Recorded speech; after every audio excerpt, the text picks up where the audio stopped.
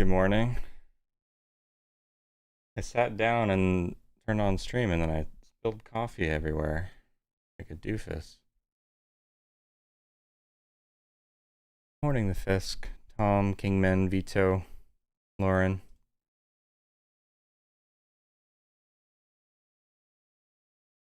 Just make sure that there's nothing moving here with news.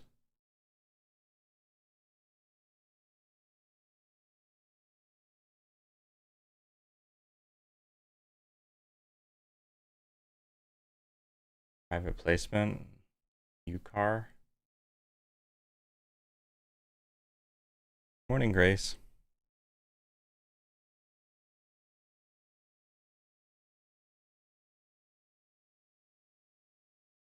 Morning, Tex.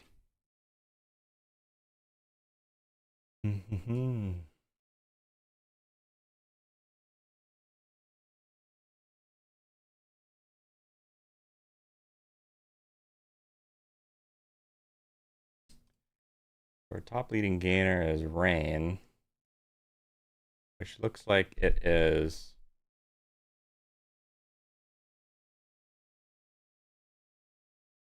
halted for news. No, this is the wrong stock. Sometimes on Charts Watcher, like it always types in and enters the top symbol, so.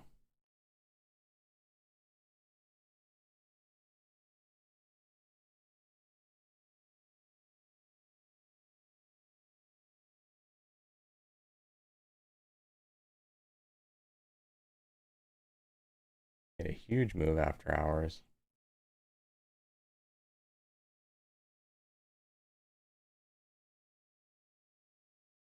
Hey, my dog is back behind my computer looking at the coffee. Get out of there.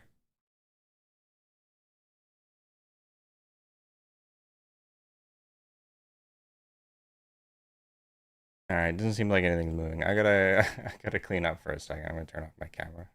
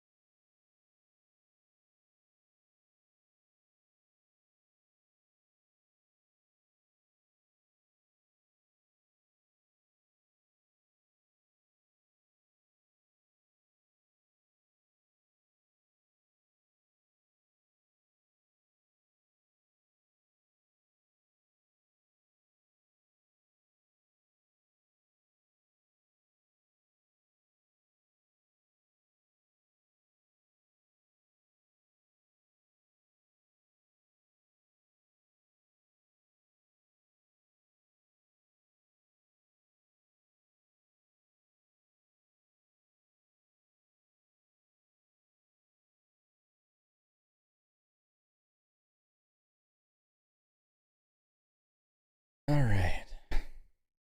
See what we got.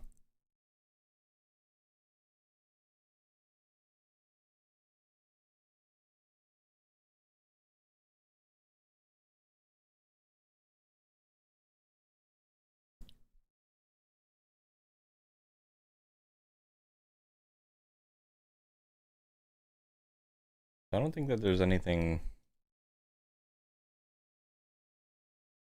particularly on watch. Looking at some of the continuation scans.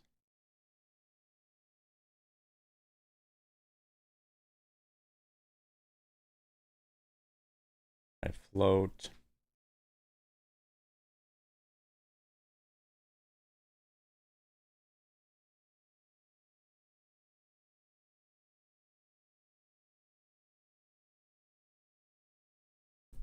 Yeah, you're right, adversary. They're all yawners. I don't see anything, so I think we're just waiting for stuff to pop up. Other than I think we have this penny stock moving here, but don't trade penny stocks.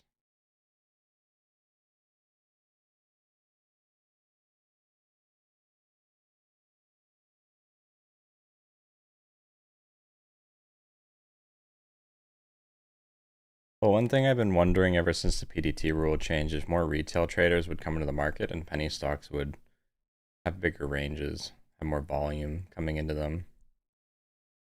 Because penny stocks are pretty popular with retail traders. Kind of like the slot machines.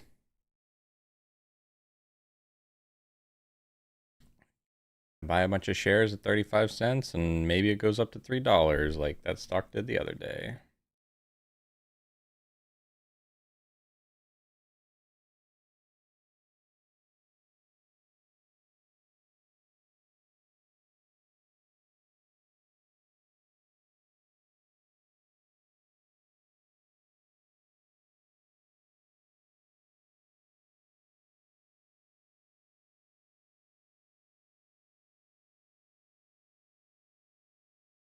I think the PDT rule increased the volume in the market generally, but it's been a gradual process. It hasn't increased the number of trades in me necessarily.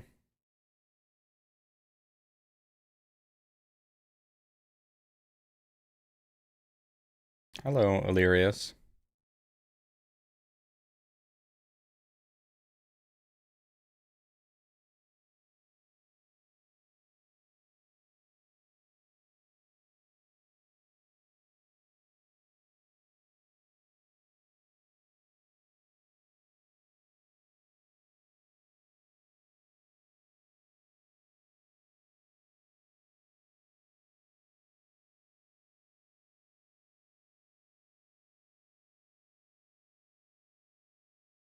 So one thing to note for me today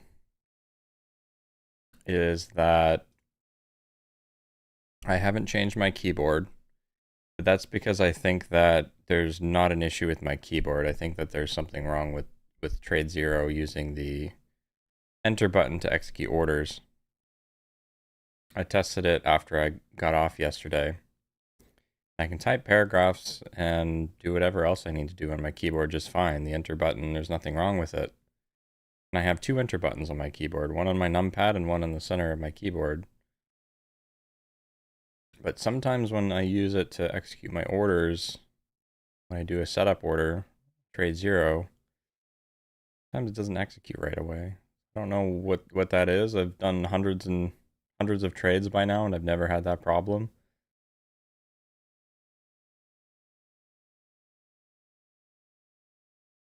I have no idea. Anyone else has TradeZero and they use setup order hotkeys, let me know if they've had any issues recently.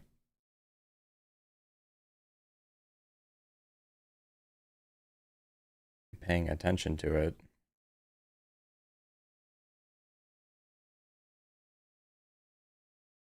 It has text. Well, I think right after the PDT rule change, we had that burst of excitement in the market with all the Chinese stocks moving around. And I mean, eventually some of these retail traders do get squeezed out, right? Like, the fact of the matter is that the PDT rule change allowed access to margin accounts for less, but you could still get like 6 times leverage, I think. on some brokers. So some of them might end up getting wrecked. And then they just quit trading.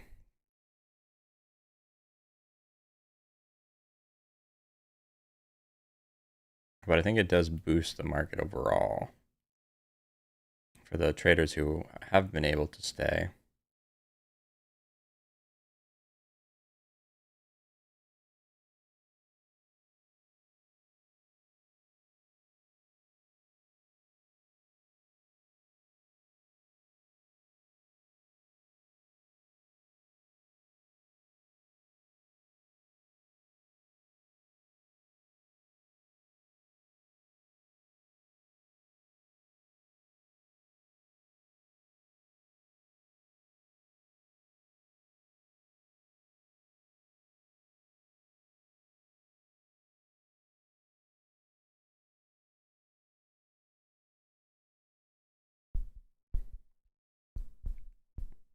Yeah, I agree. But not everyone joins the market with knowledge or the care.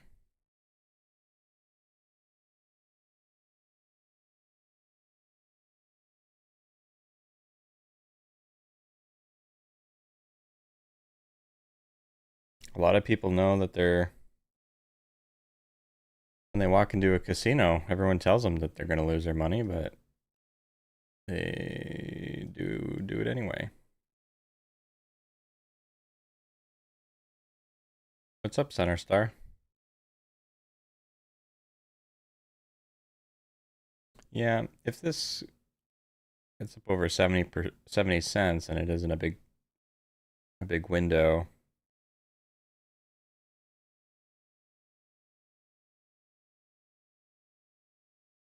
I'm just not interested in trading this.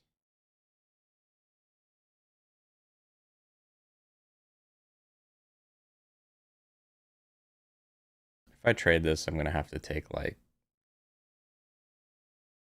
400 shares for like 5 cents.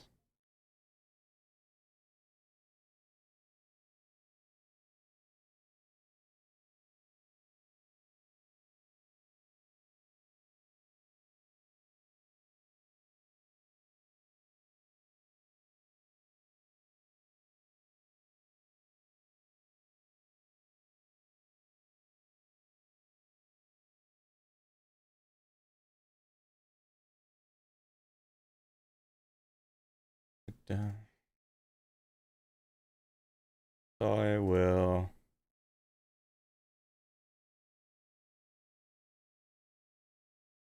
check my YouTube comment.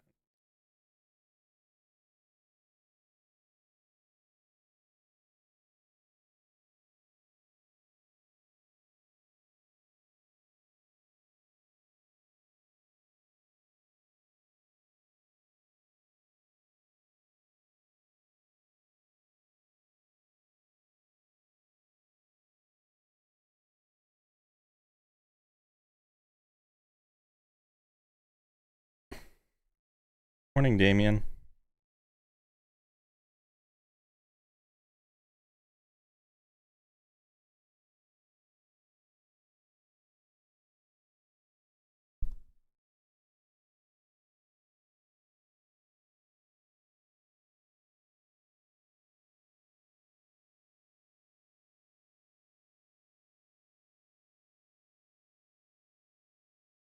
If I had to guess what this is going to do, there's no 5-minute pullbacks yet.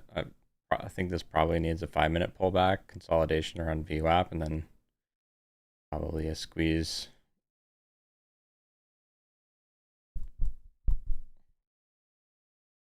You can see MACD is starting to curl down.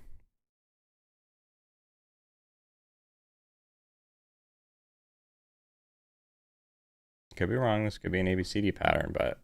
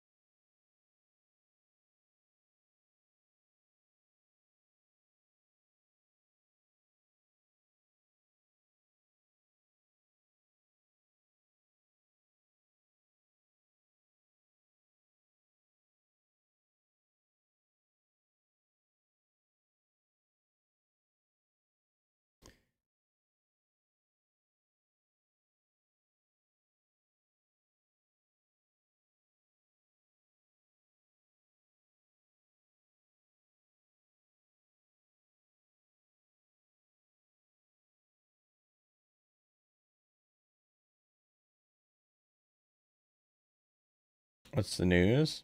I have the news window on the left side of the screen here with the stock quote there.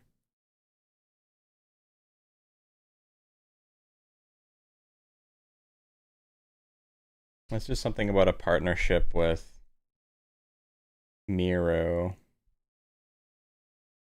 for AI stuff.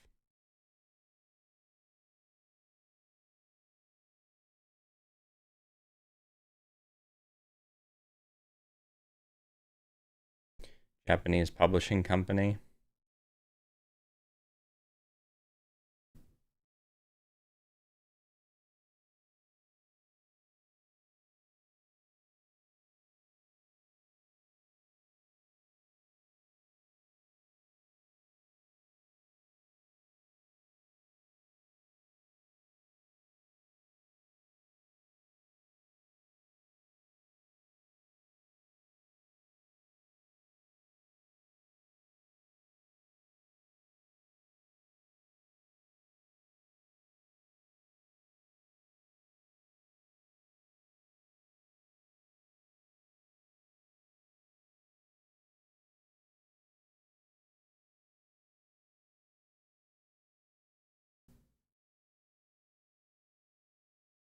I suppose something interesting that I could do as I continue to develop my charts watcher layout is I could add highlights for certain keywords.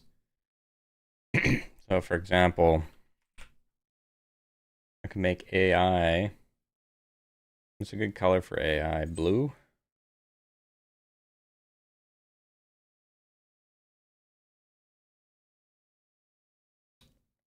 Target, headline, summary, or news source.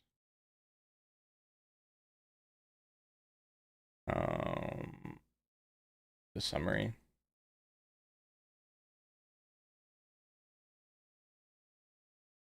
You can see that because it has AI in the summary highlighted in blue. I haven't done that, and that wasn't included in my configs, my video, but maybe I'll spend some time doing that someday.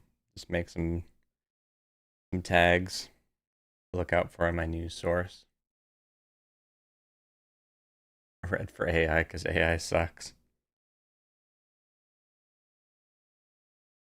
I'll make it brown because AI is going to turn our planet into a desert with all the data centers eating our water.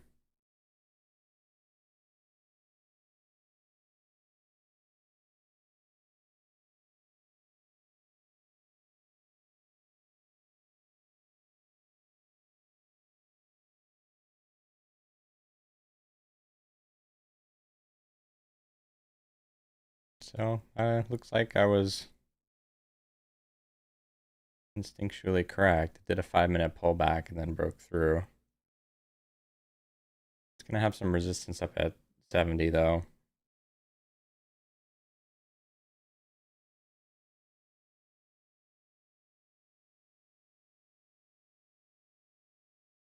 Elon, yeah, he's going to launch a bunch of data centers into space. Data centers on Mars.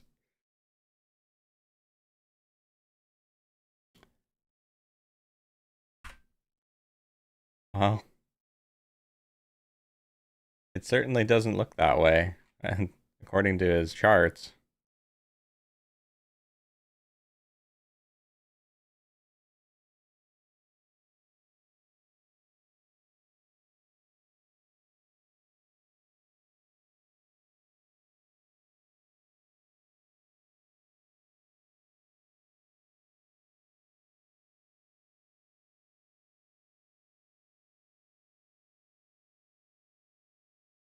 No, Ross generally doesn't trade under $2 unless it's moving quickly.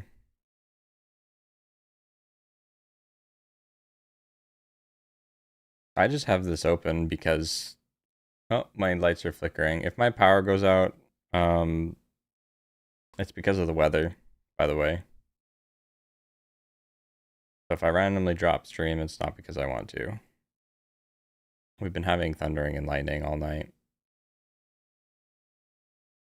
But yeah, I just have this open for you guys to watch. Wow, that's a nice squeeze. I'm not trading it, but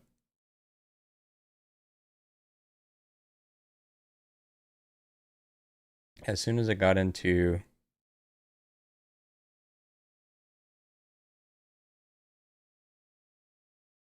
that window territory here and had a nice squeeze.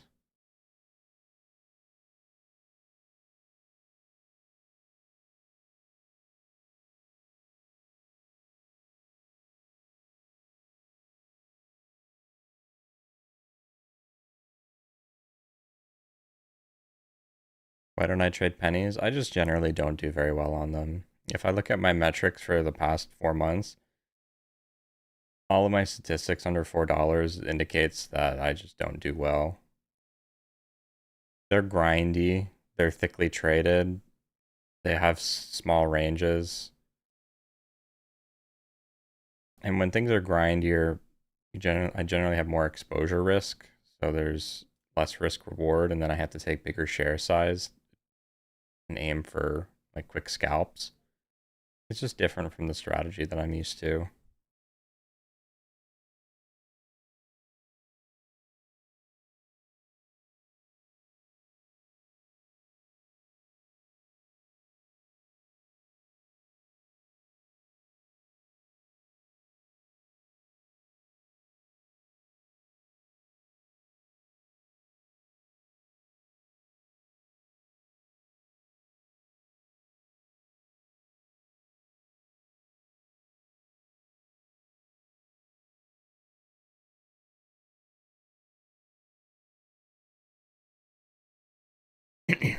That's true, Robbie. I would trade stocks in the dollar per share range, like maybe $1.25, $1.50 plus, if it was the most obvious stock of the day. But anything below $1 right now, like anything trading in fractionals here, like you can see on the level 2, I don't even have fractionals set up because I don't trade stocks under $1. It's on my no trade list.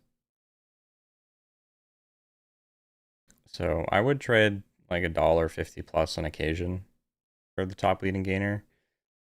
But this is a no for me. It's too cheap.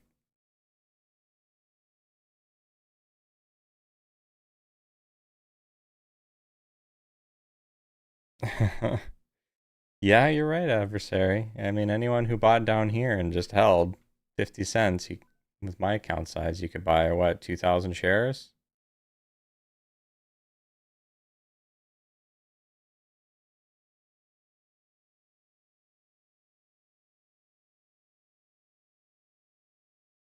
And you could buy 4,000 shares, I think, right? I could buy 4,000 shares of this. It made 2,000 bucks.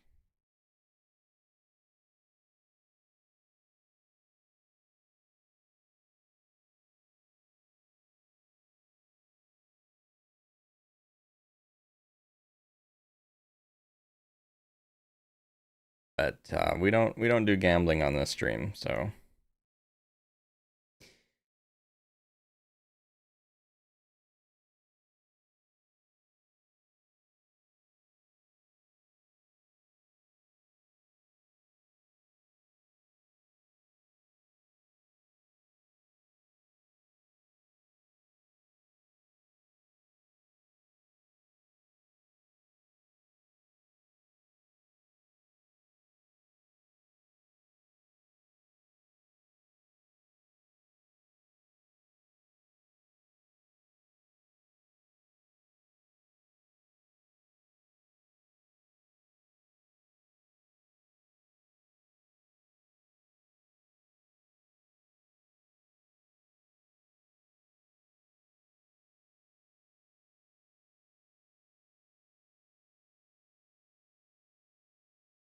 I always count my misses.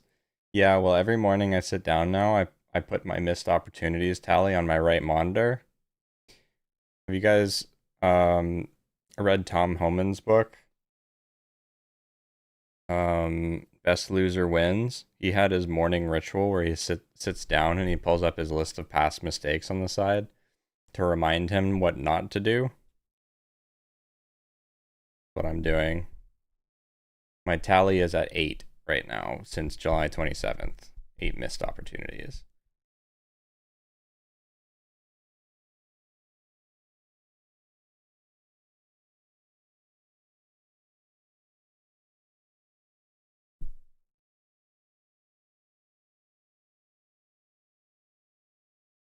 And by opportunities, I count both wins at like if the stock won or like if there was something that I probably should have bought, even though it might have been a losing trade. I count both of them because it's more about the process than the outcome. If I should have gotten in right here on this ABCD pattern, for example, but I didn't, even if it dumps, I count that as a missed trade.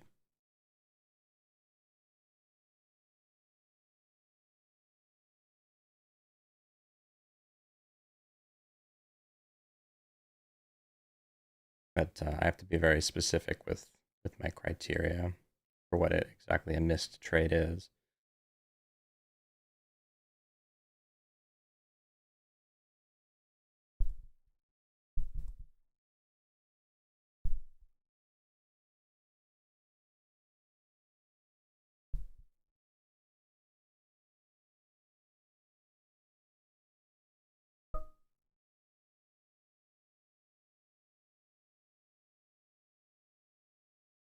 That's why DJ has so many viewers, paper trading and gambling at the same time.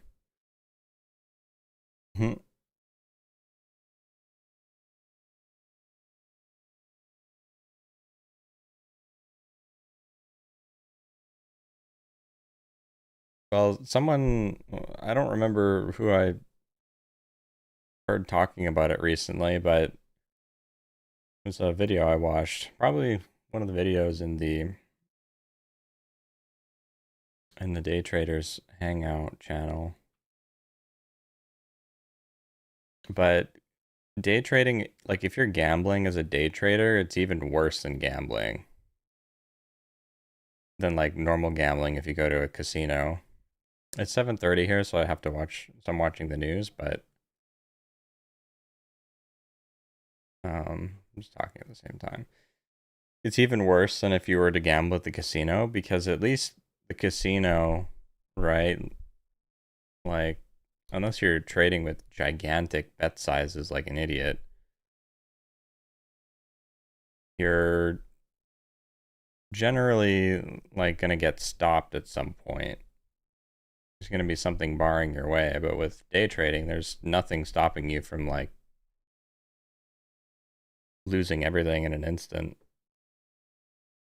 and being in debt.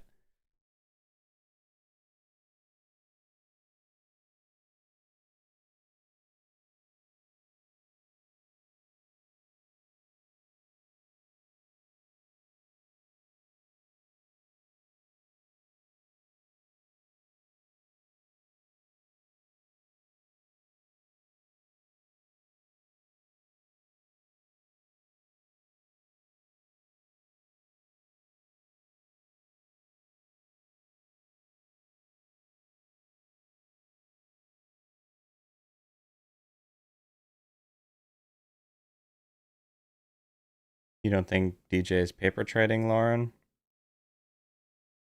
Um, a few of my friends got banned from his program because they found out he was paper trading. And he hides his partials on stream.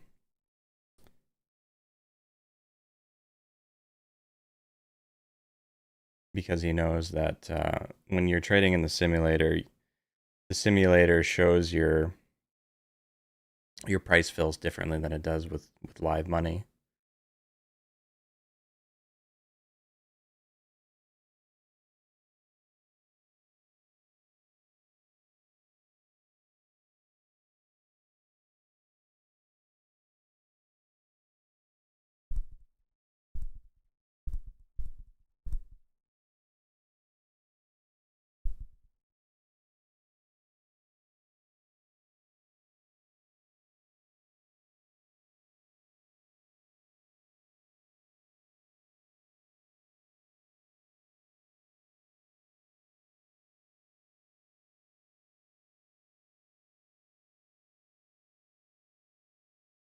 Morning, Rafi. I'm good this morning. A little bit missed out on a little bit of sleep because I woke up in the middle of the night, thunder literally like shaking my house, thunder and lightning, and my dog was terrified. But other than that, I'm good.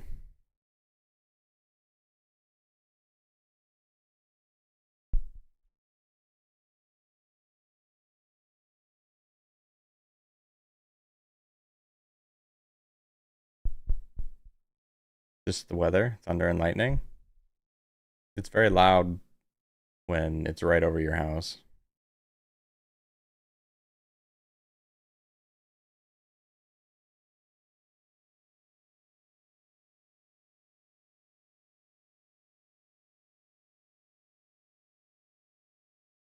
Yeah, I agree. The fifth day trading is gambling, but it's you have a edge, then you are the house.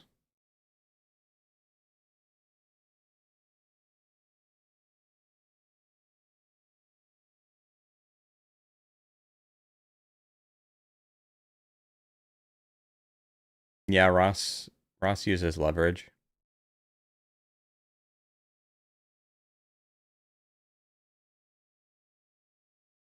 Well, actually, I'm not sure if he's using it for the specific small account challenge. I haven't been watching it.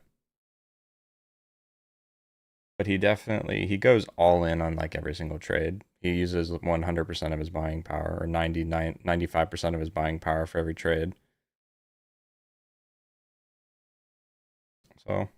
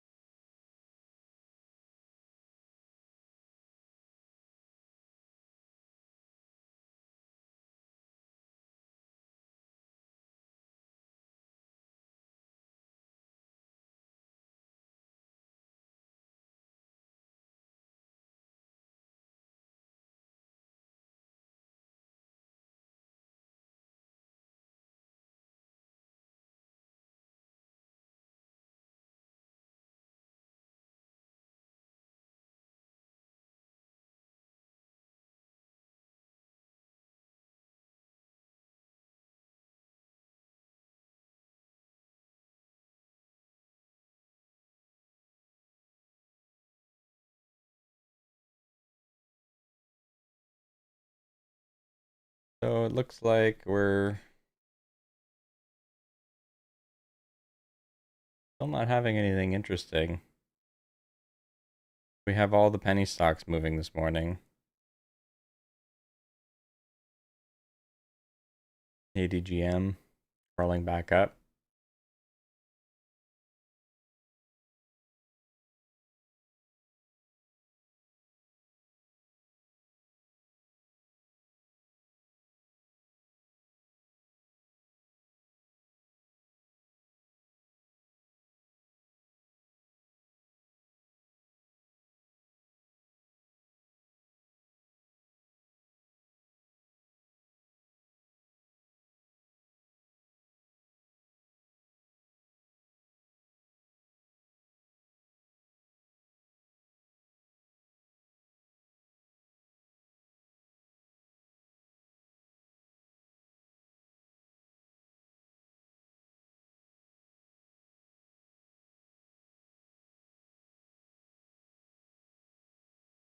Well, one thing I wonder about um,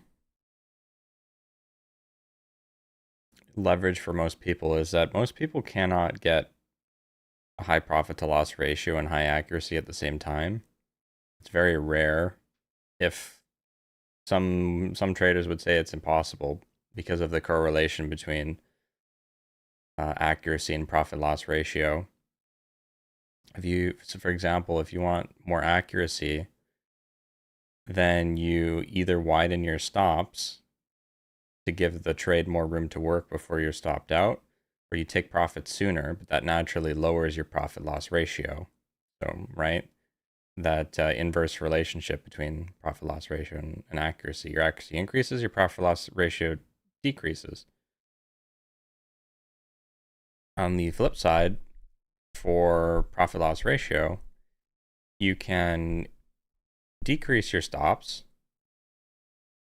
but that means you'll get stopped out more.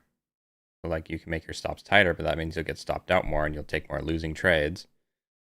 Or you can increase the upside to let your trades run longer, but that has the possibility of the trade turning around on you before you take profit.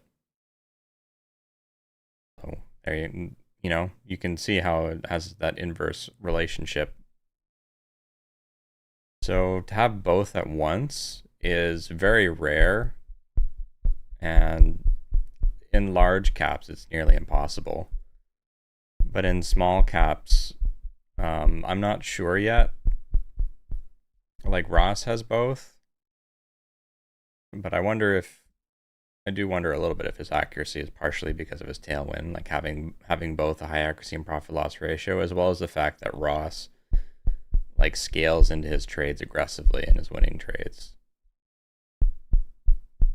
So it's partially his profit loss ratio is partially because of how much he scales into his winners. So he trades with like a high accuracy type of trading style, but he also uses scaling to bump up his profit loss ratio. I mean, that's something that I'm going to be interested as I continue trading, about how achievable that is for most people, having both a high accuracy and a high profit loss ratio. Because mathematically, and for most traders, from what I've heard, I mean, you don't need a 70% accuracy to make money. You just need a 50% accuracy, and then your winners need to be bigger than your losers. Or, you have a very high accuracy and your winners and losers are the same.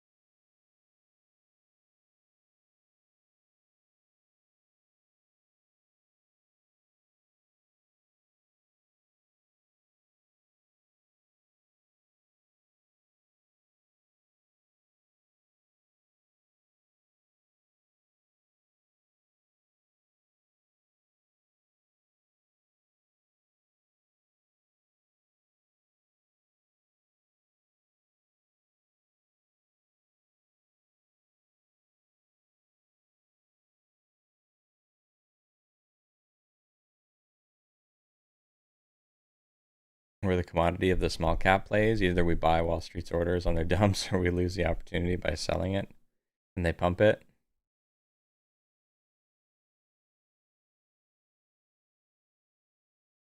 Pump it.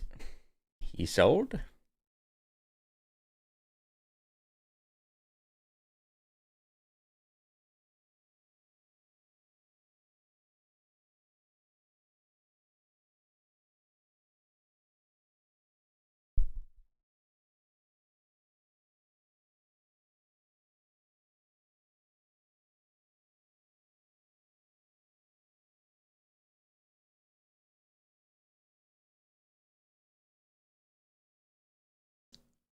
Full round trip on this one. That's for sure.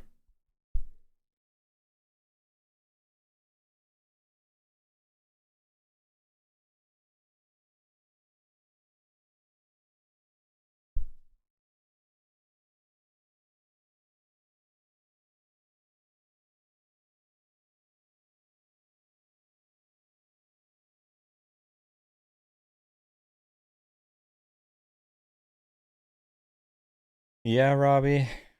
I mean, if this is a zero-sum game where there has to be a loser to be a winner, and 90% of day traders lose money, 8% are barely profitable, and only 2% are consistently profitable, then, you know, somebody's got to be winning that money, that 90% retail traders who lose. Mostly the algorithms and the hedge funds and the market makers.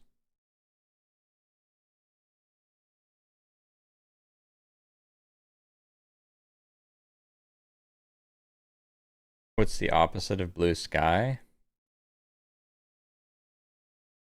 Uh, a chart being directly under the 200 daily moving average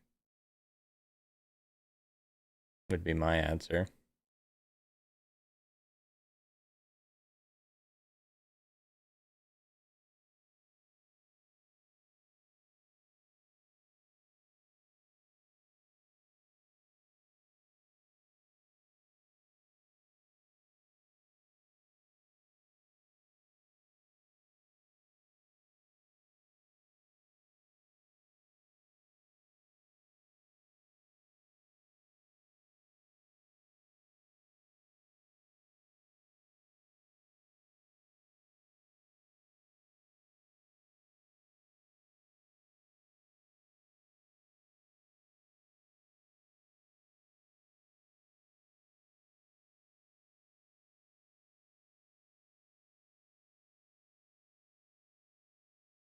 Yeah, you just be careful jumping into these because there's been a lot of pop and drops recently. We got to make sure that it pops up and holds up, or you can get smoked pretty easily.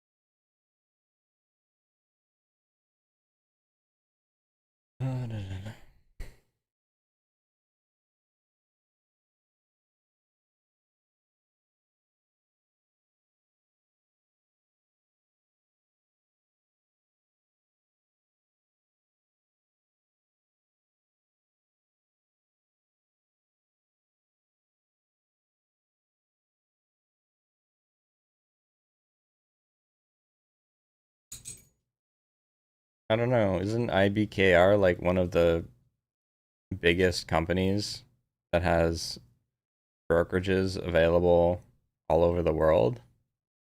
Pretty sure IBKR has been around for a long, long time. I don't know how it takes so much effort for them to do that.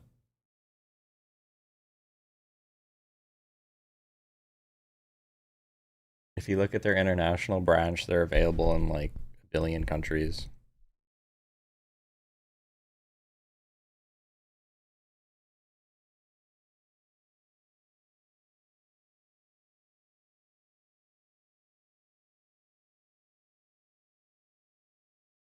But maybe I guess that's why it's important. You have more moving parts.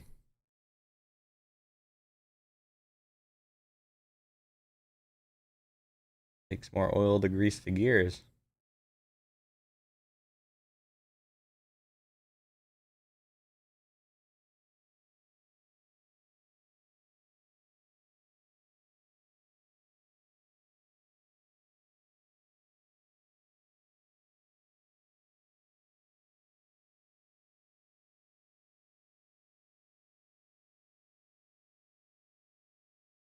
Yeah, I'm not interested in ATPC either.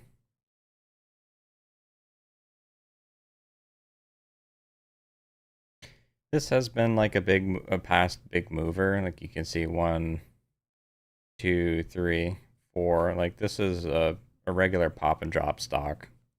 It pops up, but it never holds up. So it can make big moves. but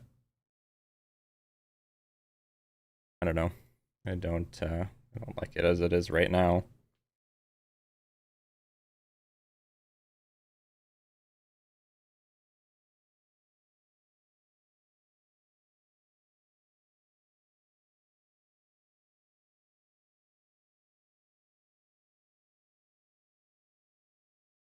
Yeah, that's annoying.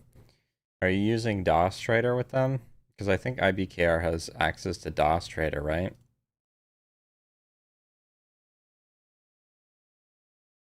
But I know that they have their own platform, but they also have DOS Trader. Hey, Fukuro. It's been going well. We got 3 green days in a row now between the $60 green day, the 40 something dollar green day, and the $12 green day. We're up over $100 the past few days.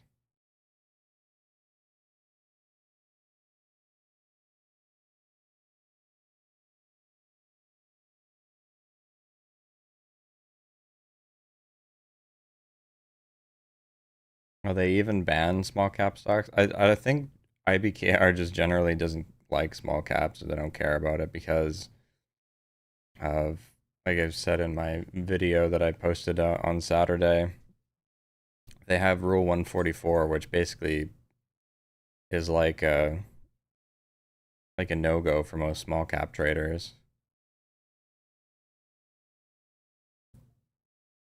Since if you're trading a stock and your shares exceed 1% of the stock's daily average volume, you can just get your account frozen.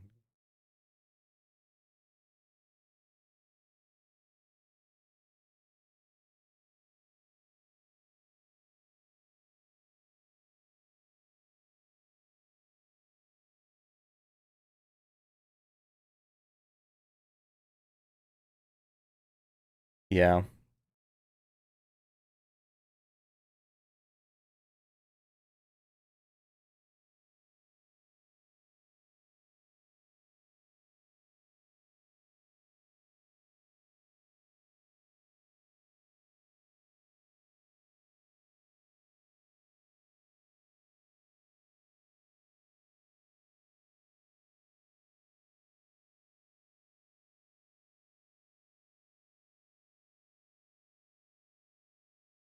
Yeah, if you're using IBKR for swing trading and you're trading stocks that are regularly traded, then I suppose that there wouldn't be any issue with them, but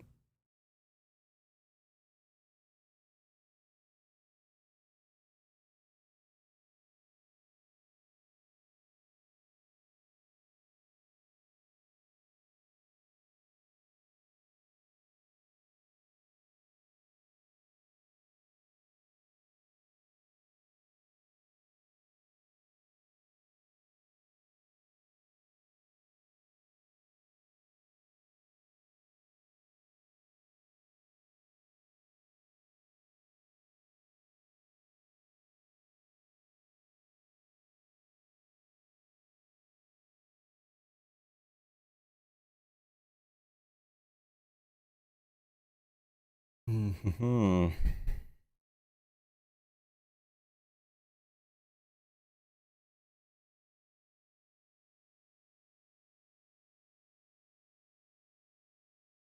What's TMNG doing? False break. False 5-minute break.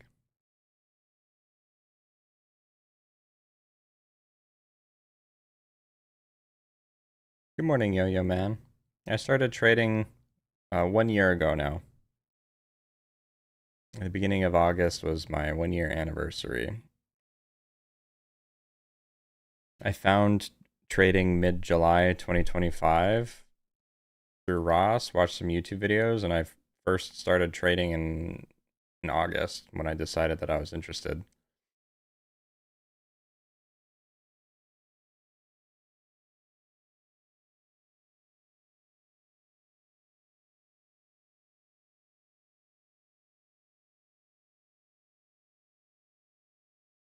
Good morning, Raul.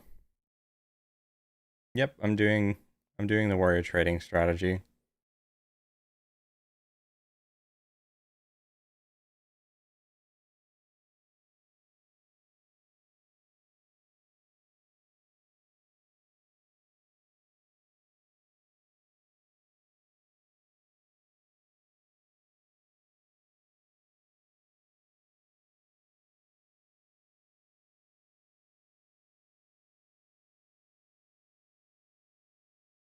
My progress is much faster than most.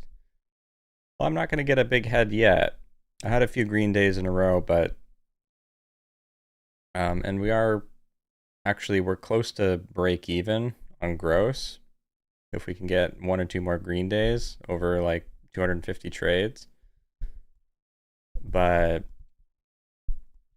the key is to focus on the process and just improve over time.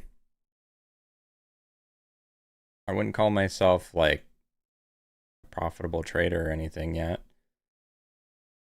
but I'm happy with the progress that I've made over the past year.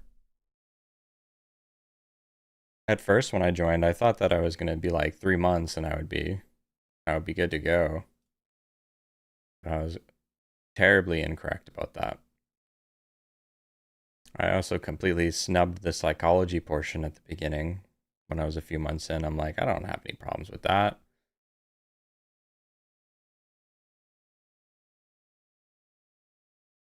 But I did in fact have problems with that and do still.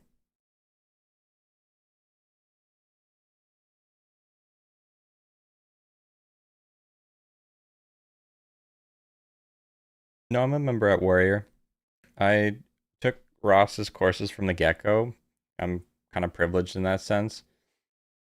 I have the money and I have a job, like I have a good 9 to 5 job. So I took his free trial and I did a lot of research into him and I decided that he was legit. So I took his courses because I was interested in trading.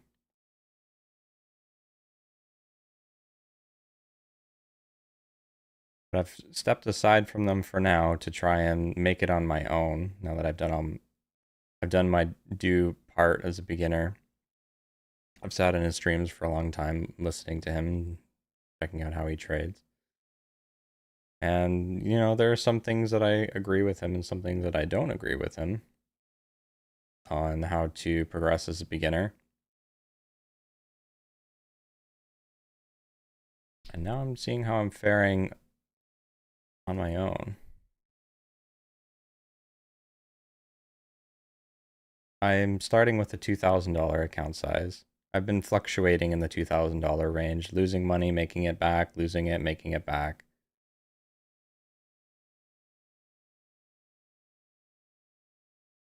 And because Zero Pro has commissions and a $50 fee, sometimes I have to deposit like an extra $100 to maintain the account size over the past few months that I've been trading with it. At a certain point when I actually become consistently profitable, if I'm consistently profitable over a certain period of time, then eventually I might, like if I can start building the account, then eventually I might open an account with Centerpoint and do a fresh account challenge. But for right now, I mean, we have a 2,000 account size, but we're kind of maintaining that with our own funds.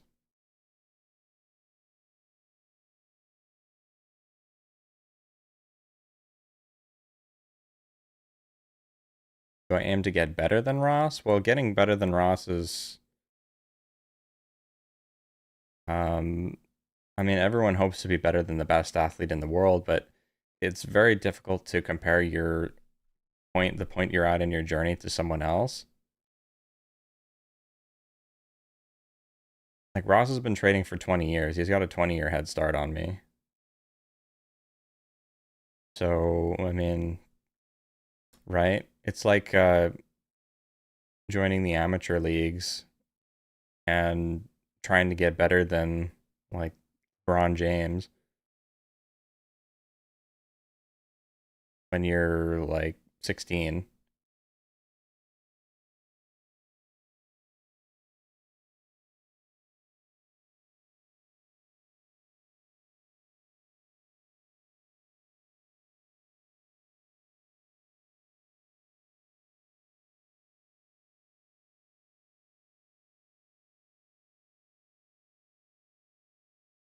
$2 to get break even.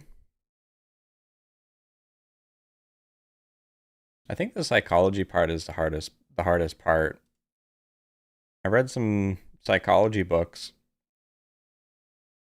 and we'll see if it really clicks in for me here or not. But this could just be a stroke of good luck the past few trades and kind of going sideways for the past 2 months. It is entirely possible that we don't go on uptrend and we go back on downtrend. I don't discount that.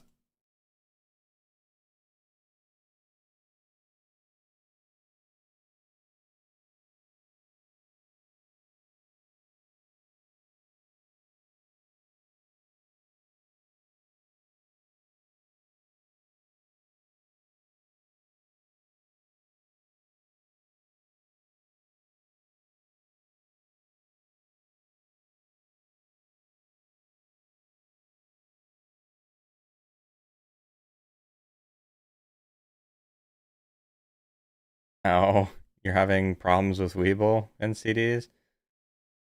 One thing I will say, by the way, I'm not sure if you were here at the start of the stream. I think that my issues with TradeZero executing on my enter button was in fact problems with TradeZero, not my keyboard. I think every broker has like some sort of problems with them. That no broker is perfect.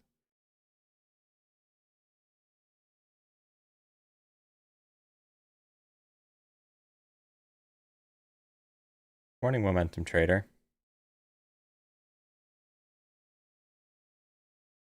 Yeah, that's where a lot of people struggle, I think, with this small cap strategy, is that it's very easy to blow yourself up if you don't have impeccable discipline.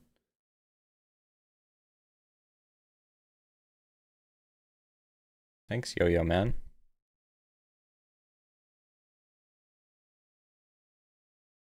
What kind of job? I have a bachelor's in business administration with a major in accounting, so I have an accounting job.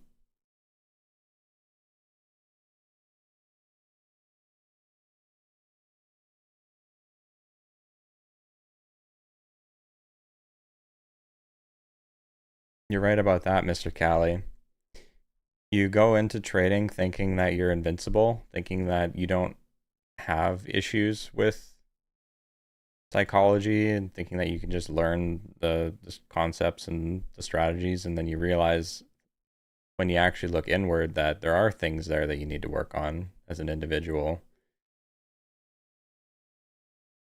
You might think that you don't have FOMO or fear of loss or whatever, but when it comes down to it, when you're in the middle of a trade and you have adrenaline surging, you don't always make rational decisions. It takes a long period in the market to desensitize yourself to that.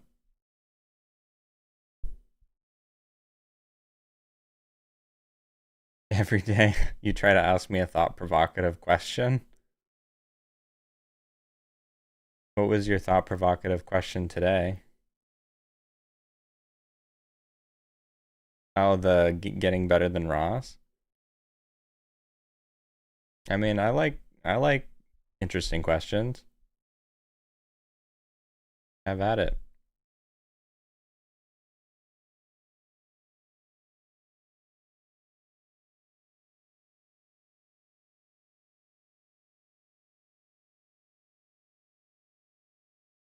It's good that you had your first green month, Lauren. That means that you have the potential to do it.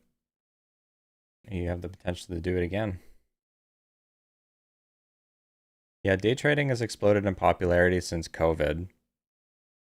Prior to COVID, Ross talked about how day trading was kind of niche. And especially now with the PDT rule change, there's going to be a lot more traders coming into the market. And looking for information when they're opening margin accounts. So anyone who is actually trading and thinks that they have something to offer to a community,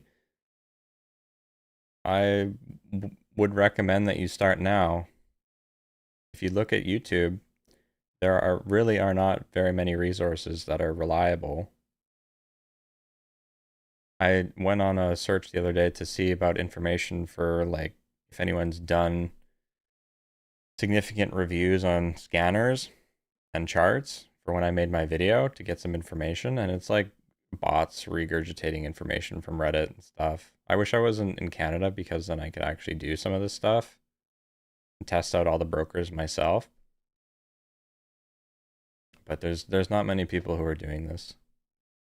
And it's a lot of pressure as well.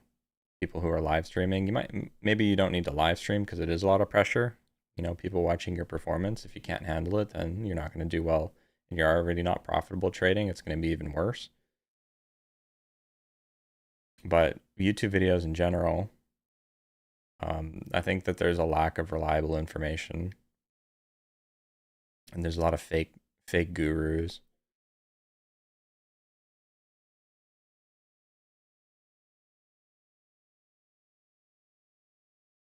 Yeah, I'm using TradeZero Mega. You blew your account 8 times in your first year, Rawl? I think I blew my account like 4 or 5 times, funding a two $1,000 to $2,000 account. And by blowing it, I mean like I lost at least half of the value of it that I had to refund it. So I probably lost a few $1,000s at the beginning of when I started trading, and I was being a bit reckless.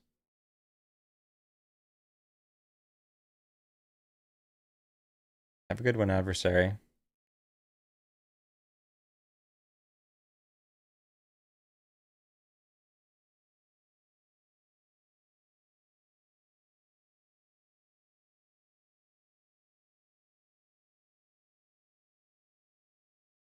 So there's still nothing popping up.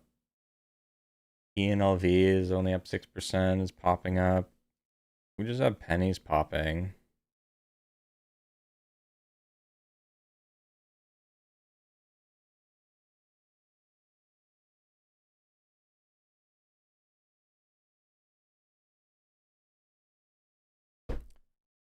Like our top leading game, like I see move, but it's too expensive.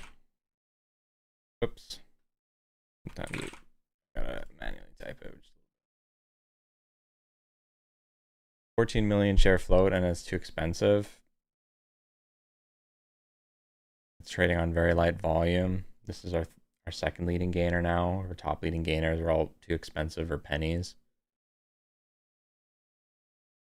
We'll see if we get anything at 8:15 or 8:30. But if today continues being this quiet, it just might be a no trade day.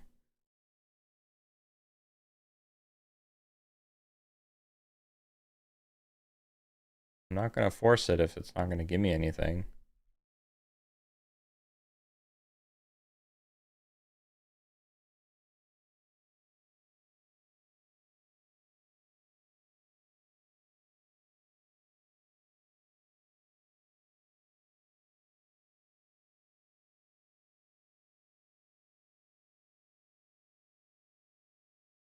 Does more traders mean less edge? No, I don't think that's true. Having an edge means that the trades that you're taking have a statistical probability to have a favorable outcome. It doesn't matter how many traders there are in the market because they're just going to act as liquidity for your strategy. Most traders are not logical, like they're not trading with an edge. 90% of traders lose money, and we're playing a zero-sum game. Someone has to lose for someone else to win. So yeah, it just means more volume, what the Fisk said.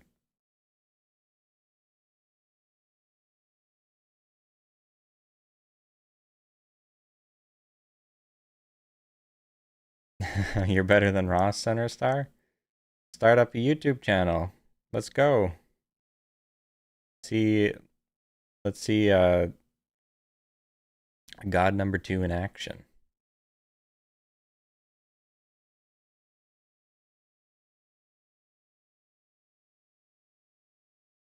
I think Ross is actually probably dying for somebody to actually copy his strategy and be successful with it because of how many people call him a fake guru.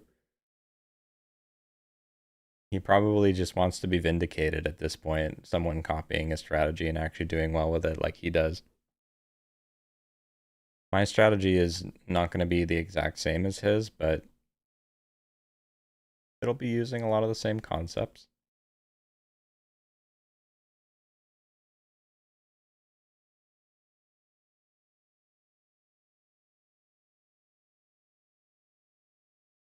What's my main issue with the day trade dash scanners? It's too expensive. I'm Canadian, so every US dollar gets multiplied by 1.4. It's $197 for the scanners and the charts bundled. I'm paying, if I pay for the day trade dash scanners, I'm paying $280 a month for, embedded trading view charts and scanners that you can't really customize.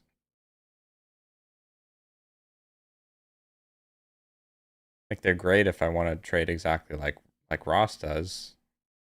And he has some different options for scanners, but with Charts Watcher, I'm paying what, $50 a month USD, and I can customize them how I like.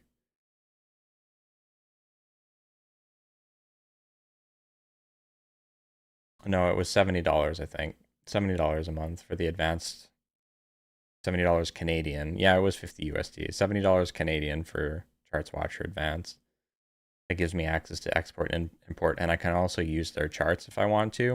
Once my Trading View sub expires in November, I'll have to decide whether I want to keep Trading View or save a little bit of money and just use the Charts Watcher charts and deal with some of the small annoyances I have with the embedded Trading View engine.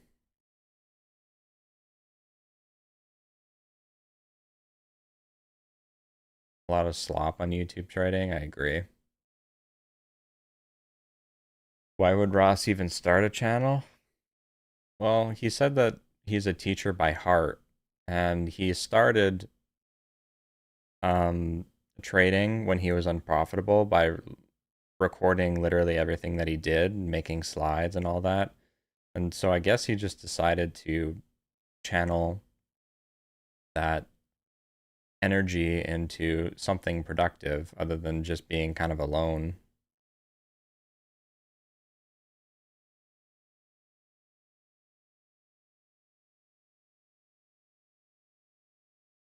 Lamborghini gurus.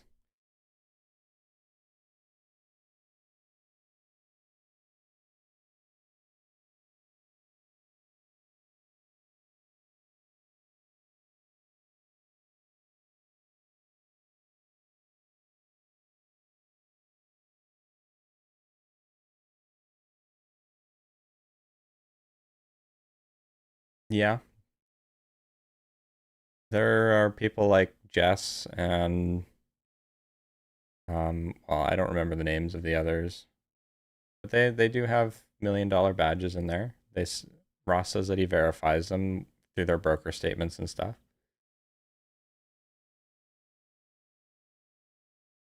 I mean, there are some people, I mean, if they're making money, then why do they have to expose themselves to the community, right? There's no reason for them to do that if they don't want to.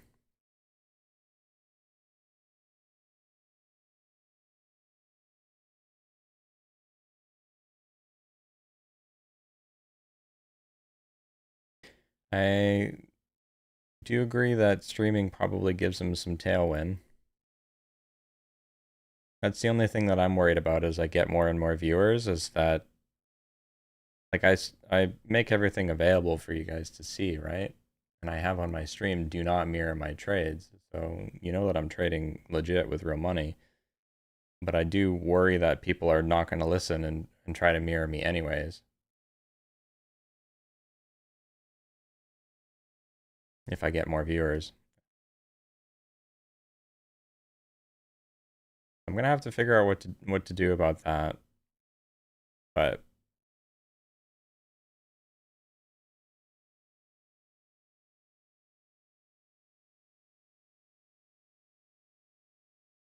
I don't really want it affecting my trading.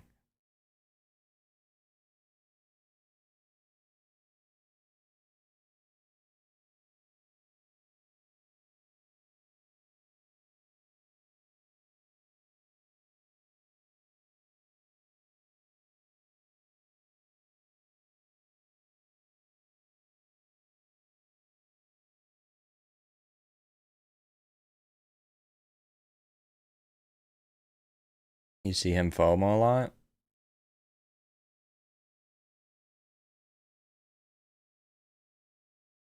I don't know.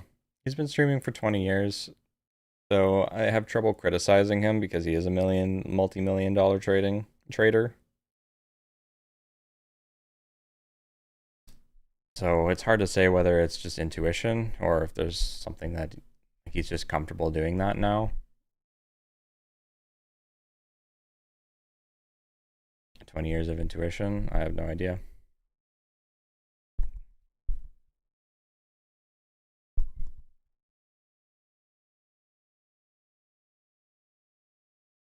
No, I'm not trying to emulate his style exactly. That's not what I'm aiming to do.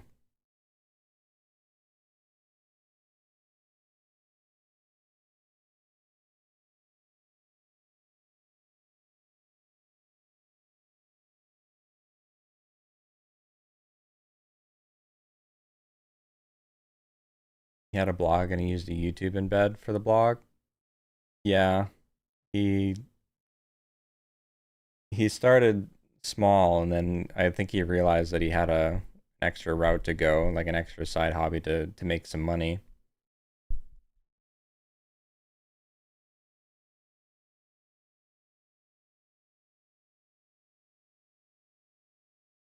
If you were making 500K or you wouldn't want people to know.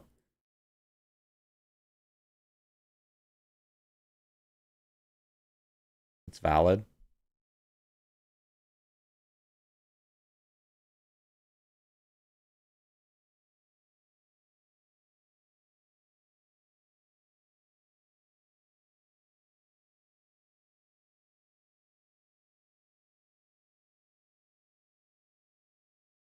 You're not sure if streaming gets a headwind? Well, think about it like this, right? Ross also trades with huge share size, so he trades with sometimes 60,000 shares. Yeah, I see AMIX popping up here, but it's still on very light volume. It's barely up on the day.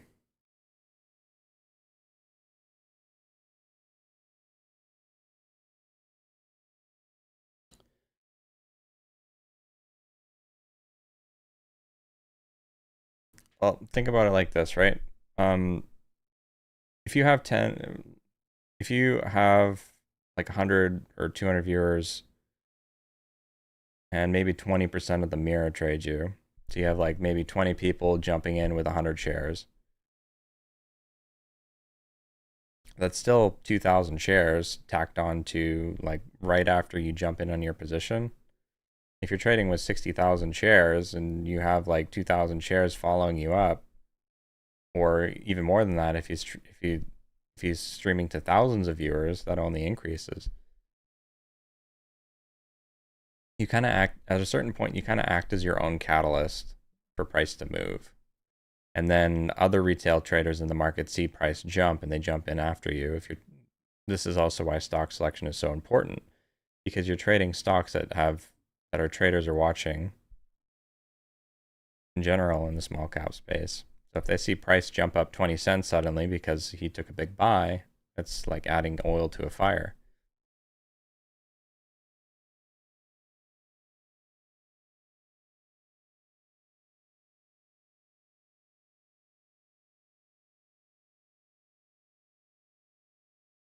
But one thing I keep saying that people don't, well, I'm not sure, but one thing I keep saying is that Ross makes most of his money on parabolic momentum where he's not a factor. He's not as much of a factor with his share size. right? Stocks on breaking news that are already moving very quickly. He knows how to scale in and out of those trades aggressively. That's where he makes most of his money.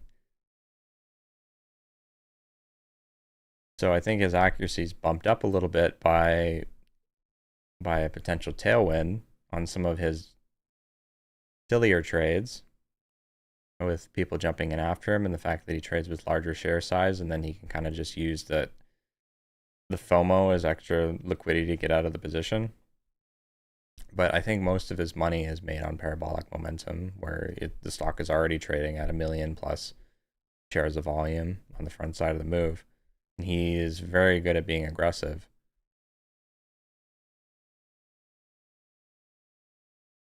So I think it's a mistake to try and completely emulate what he does. But what he teaches is very good educational knowledge. You know, one of the things that you could say is do as I say, not as I do. Because if you take his courses, he teaches stuff that he believes is good for beginners to follow.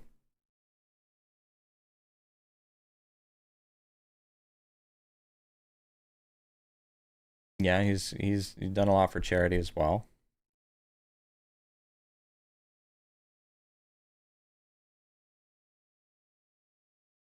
Would you mind explaining the strategy? Well, it's basically Ross's strategy. One sec, let me take a drink.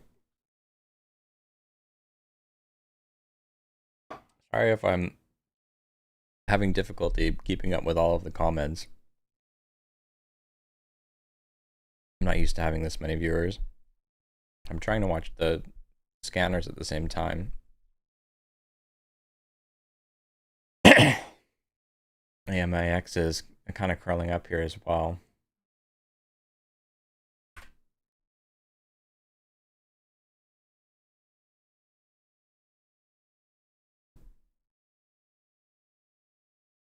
So this is starting to move, curled up.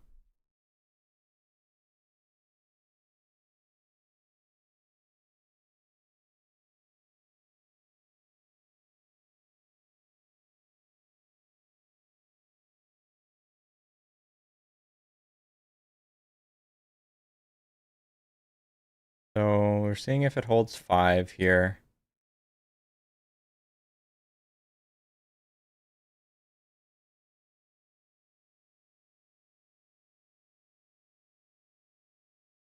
Yeah, I should have taken a position there. That was a good spot to take a position, but it broke below 5 for an instant, and I was waiting for this to finish forming a bull flag. It just went without me.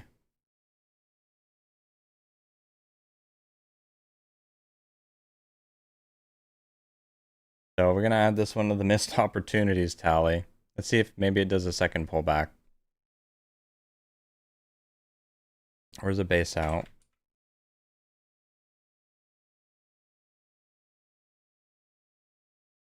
630.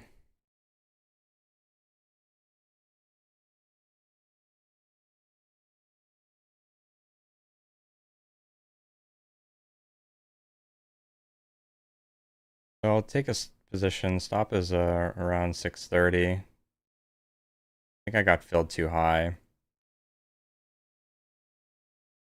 No, we're good. Take some profit.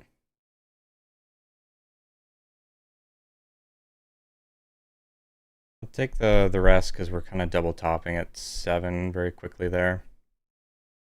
We got a 50-cent winner, but that was a bit scary because I got filled up at 650 when I got intended to get filled at just above 6.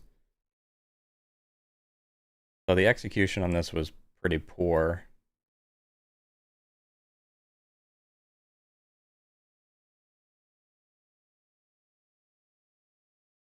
I'm going to let it pull back. We have a big topping tail on the 1 minute.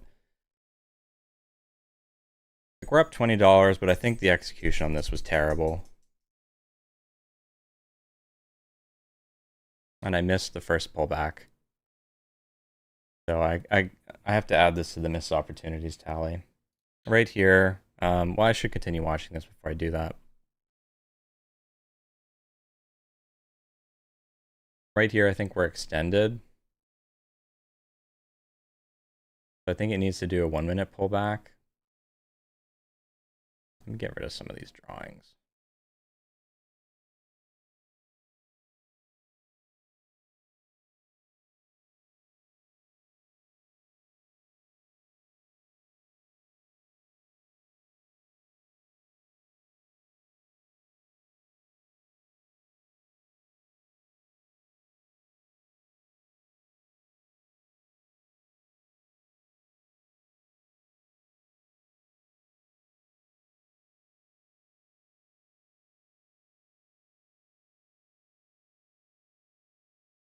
So I'll read comments when I can, but I have to focus on this right now.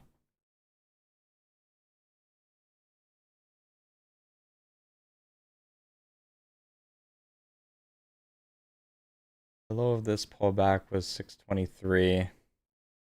This one is 650.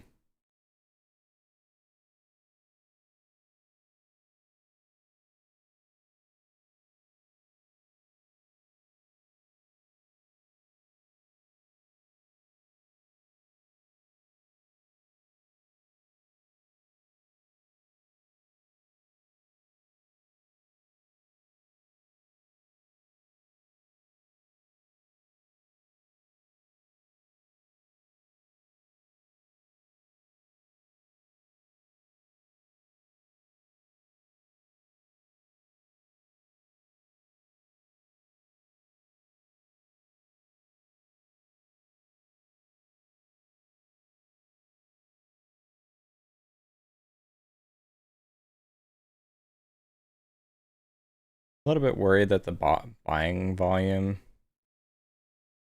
is like kind of equal to the selling volume in the past few 10-second candles.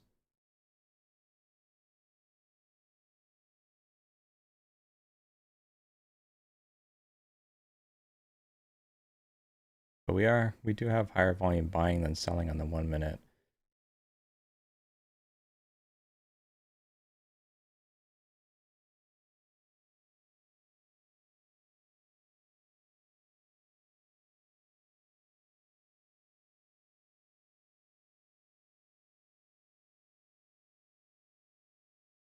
Yeah, these bull flag patterns on the 1 minute just haven't been working very well recently. Like they're good for quick scalps if you get in 650 and you just get out at 690. But short sellers have been really aggressive off of these patterns recently, which is why I'm hesitant to take them, because I don't typically like doing scalping right now, like quick scalping in and out. I prefer setups that are going to give me like a really high risk reward.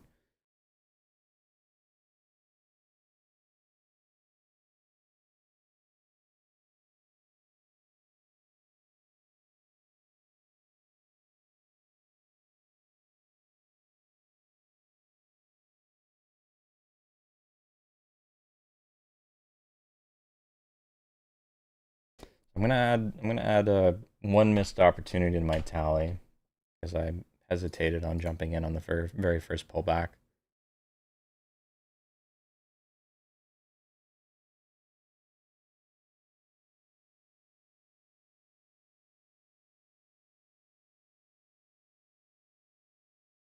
Down here we pulled back a little bit far now. So I mean we got a 50-cent scalp, 50 shares. But the process on this needs work.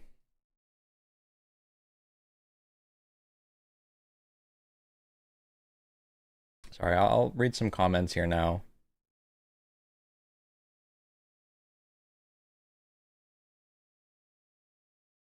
While we wait for this to curl back up to high of day.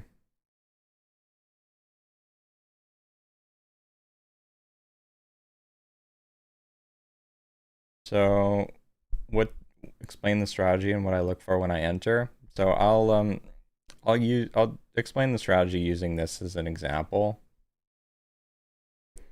So I have a sort of belief system that's supposed to get rid of my hesitation in entering trades. The overall summary of it is is the stock doing something out of the ordinary? Like, is it doing something extraordinary? And does it have more buyers than sellers? So there are three edges for, is it doing something out of the ordinary? Is it breaking out of a range? Is it moving quickly, or is it making new highs? Right here, it broke out, is making new highs, and is moving quickly, so it has all three edges.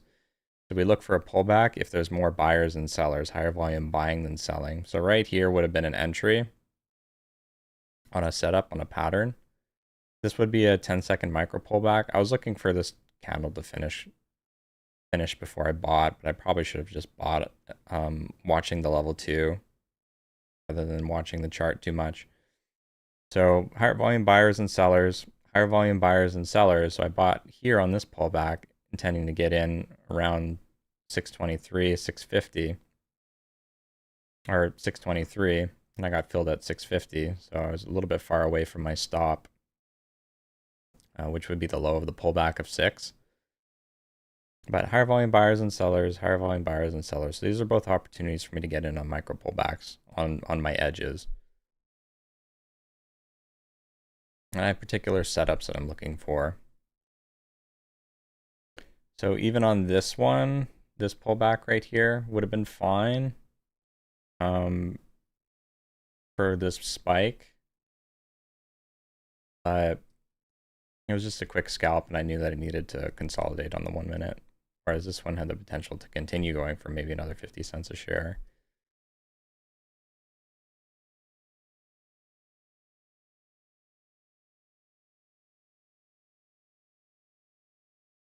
And I mean, the entry is, or the stops are low, usually the low of the pullback or psychological support.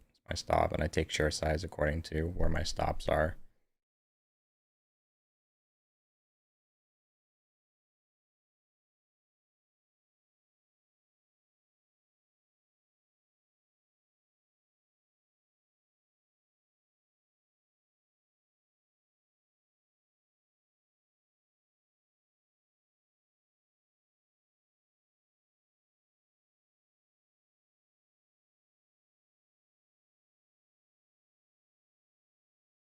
When will you know to start taking bigger share size? When I'm consistently profitable over a period of time.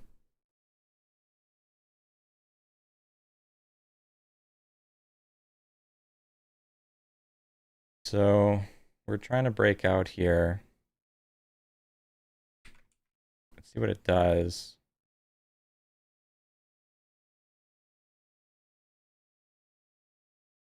See if we could do a cup and handle pattern.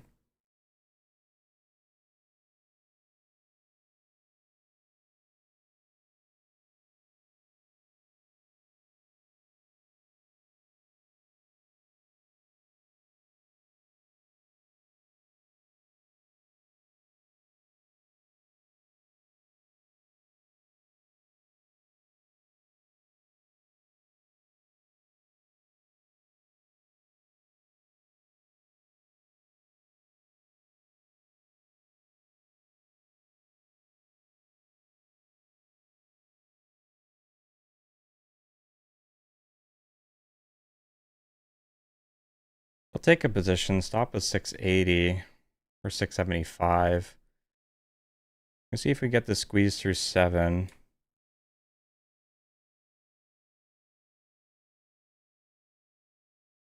$675 will be our stop.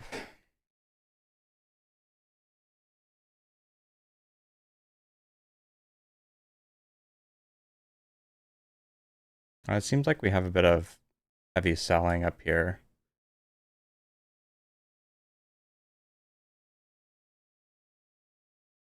Yeah, I'm gonna get out on the ask there, just for a few cent loss. We have some heavy selling up at 7, I feel like. It popped up over 7 a couple times and got slammed back down. So I'm just gonna take the tiny loss.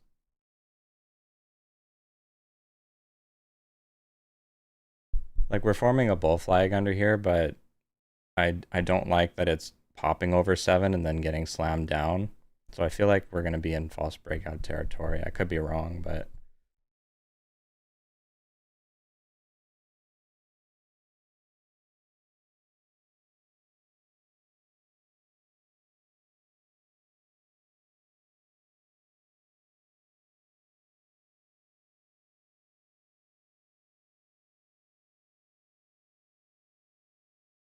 You can see that wall of sellers in the level 2 there.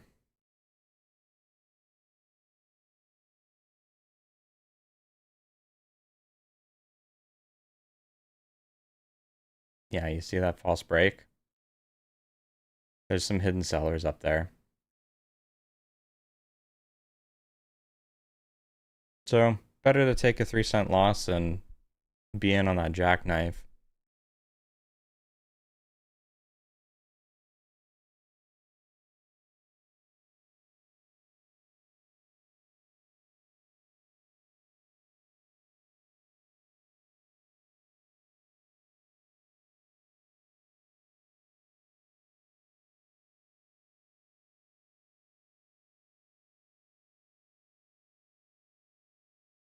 So is stream okay for everyone?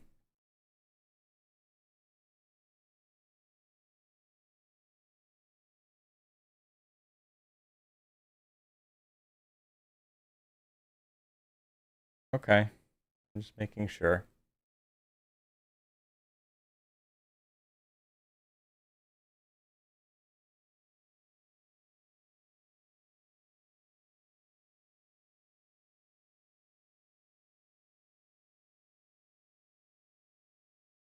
Yeah, so right there, I jumped in on this micro pullback, thinking that we are gonna do a cup and handle pattern and break through 7. So I held the position for a decent amount of time. I got in as close as I could to the low of the pullback, stop 675. But I noticed that it was like popping over 7 and getting slammed down, popping over, getting slammed down, popping over, getting slammed down. And when you see it on the level 2, it's kind of obvious that there's a hidden seller up there at 7.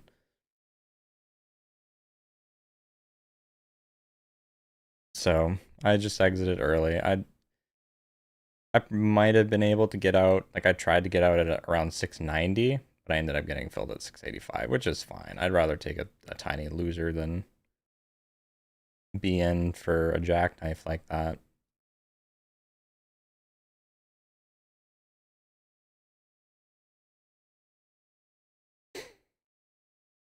But I think the best entry down here I missed. This one right here.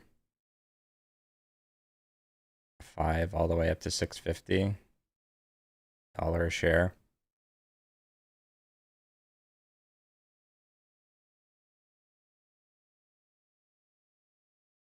Which is unfortunate, but at least we got a small green.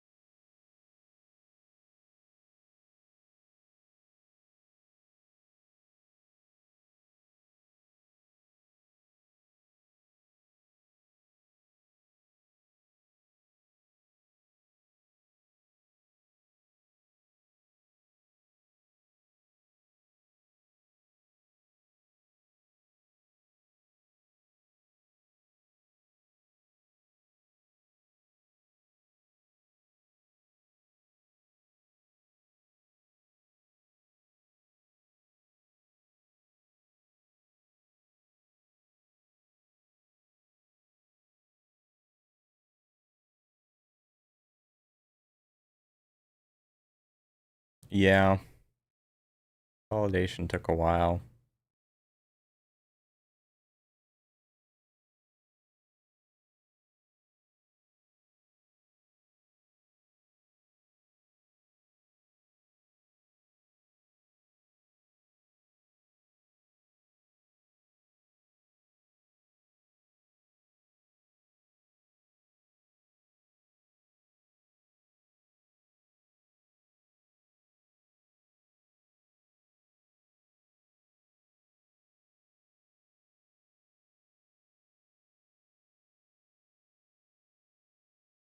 No, I don't think streaming distracted me. I was zoomed in on that.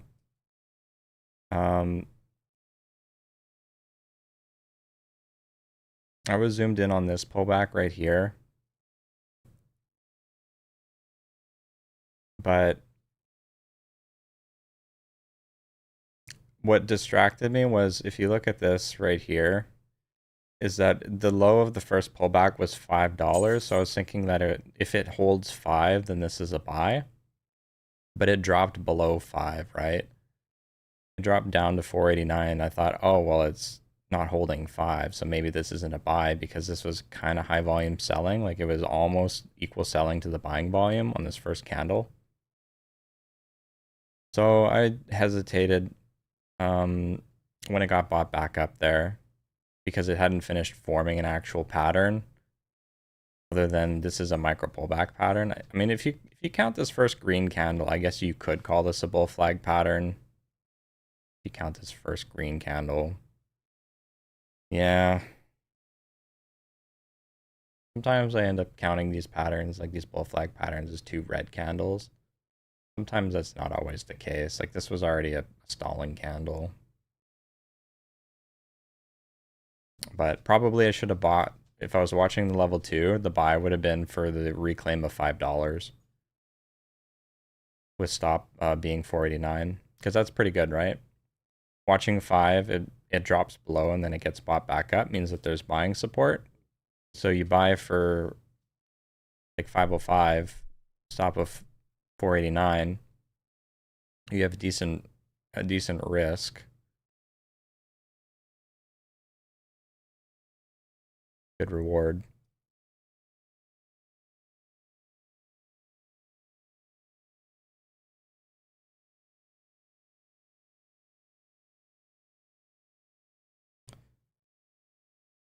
Thanks, Rafi.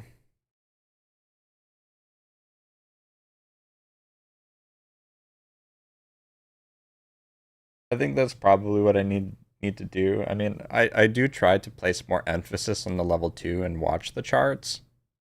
In general, I think the charts are important, but the level 2 is very important at the same time. And I think the level 2 in the position, or once you're looking to get into a position, is very good for like confirmation of your entries. But I still try to glance at the charts to see what's going on.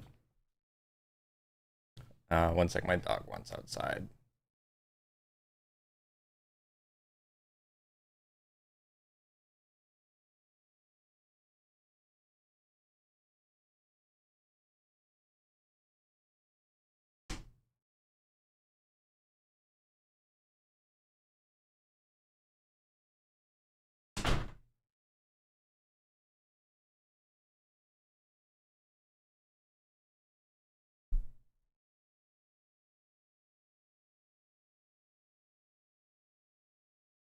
All right, I'm back.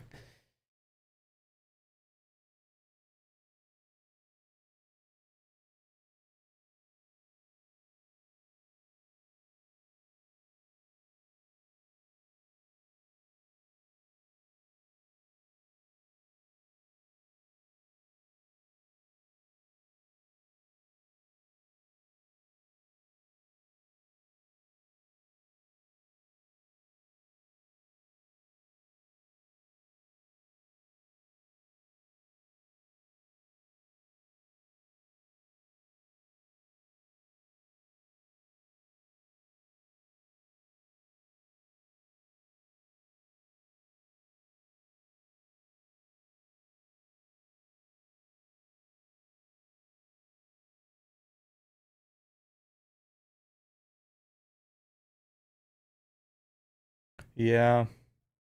And the only thing that I would be watching would be AMIX if it continues holding.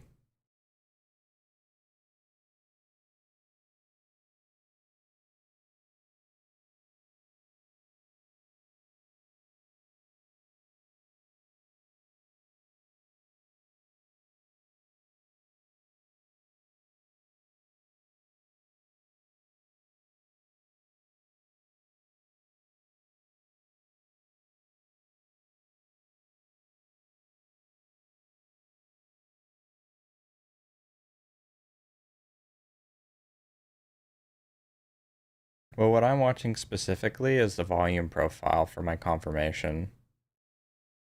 So I didn't explicitly have volume profile confirmation on this yet because of this candle was higher volume selling.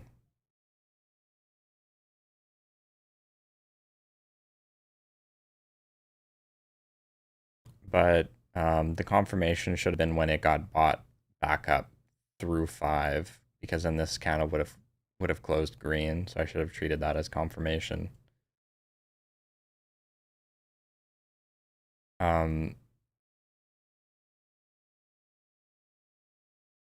That's part of my strategy to remove my hesitation, is like get in on trades that have good volume profile.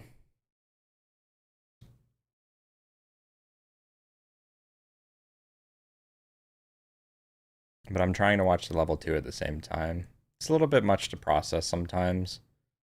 I think it's just going to get better with experience and how I treat my workflow and processing everything, but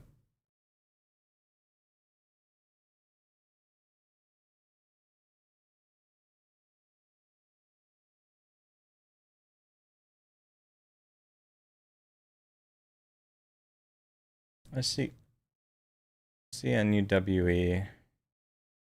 But this is on the backside of this move here from the other day. So we're kind of doing a dead cat bounce. I see it has some news. Announces next gen Aquadex platform strategy.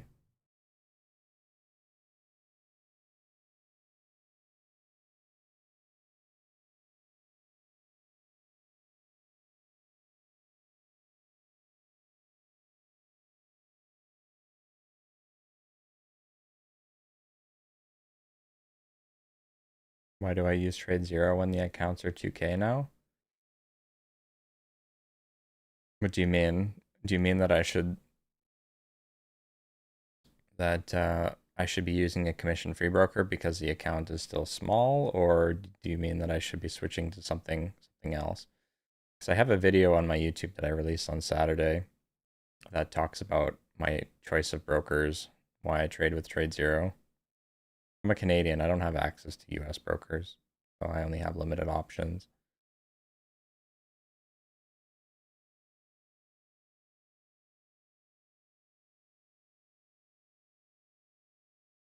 I think NUWE is on the backside of a move. It's just going to be choppy. I'm going to leave it alone.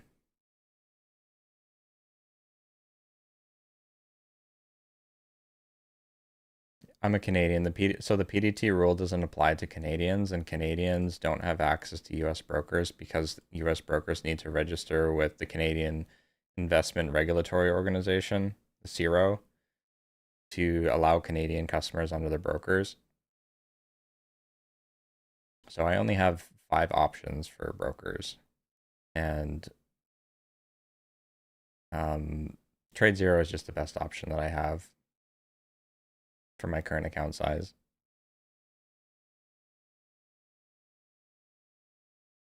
That has everything that I want. Like I could trade with commission-free brokers like Questrade or Webull, but I'd be giving up certain things, certain tools. Like I prefer having advanced hotkeys. Someone mentioned in my comments on that video the other day that Questrade actually does have direct access routing. So I was incorrect in my video about that. So they do have direct access routing. They don't publish their execution speeds, but they do have direct access routing. So they do have decent execution speed, but they're, they don't have advanced hotkeys, and they still have it. They still don't show hot resumption prices and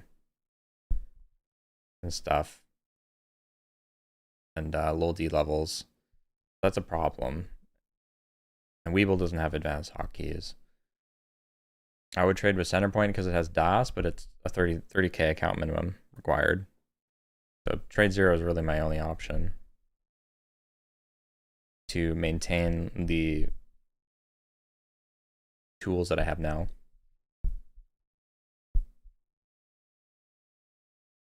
I'm trading with a $2,000 account. I'm just maintaining it. It's not a good measure for my performance. If you're asking about like my performance, I also released a video on Saturday that shows my metrics and stuff. I'm not profitable yet. At best, I'm break even. At worst, I'm unprofitable on commissions.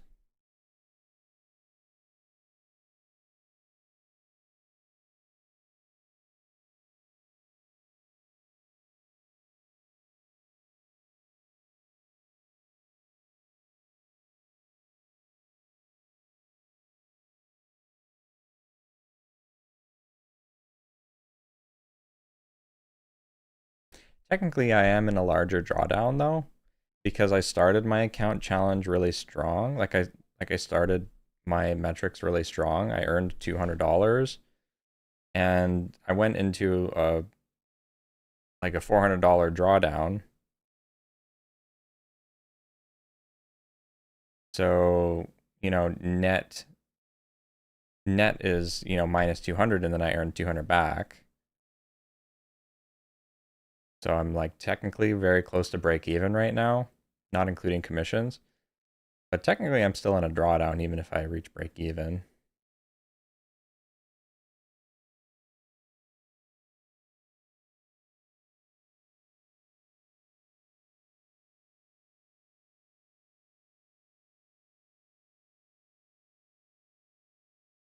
The 2000 account size. About half also that those metrics were half simulator, half real money. So half of them were in the sim, half were with real money. But I live streamed almost every day of my statistics since I started redoing them.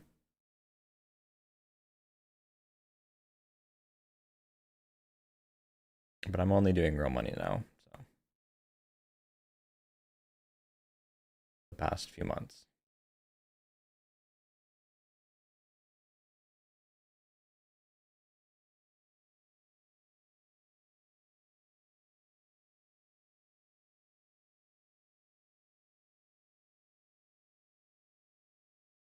Do I not wait for I trade mainly pre-market. Sometimes I will trade during the opening bell for the first maybe 30 minutes, but I have a 9 to 5 job, so I can't always stay until market open. Sometimes I have to leave early. Like today, I might leave a little bit early if we don't get any news at 9. I'm probably just gonna get off and take the $20 green day because it's been very slow today, and I have some stuff to do with my job. Um, I also prefer trading pre-market over regular market hours because I don't have to deal with alt stocks halting everywhere and market orders, stop orders, and just the general whippiness of regular market hours.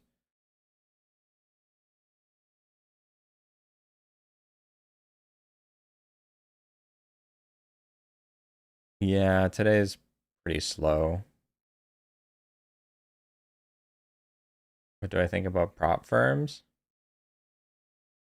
I don't have a very good opinion on prop firms because I haven't done much research into them, so I can't give a reliable answer about prop firms.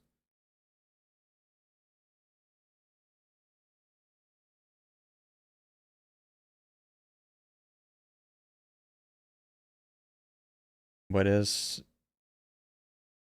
Saint Global Markets? Well, I have to check if it's available in Canada. Um,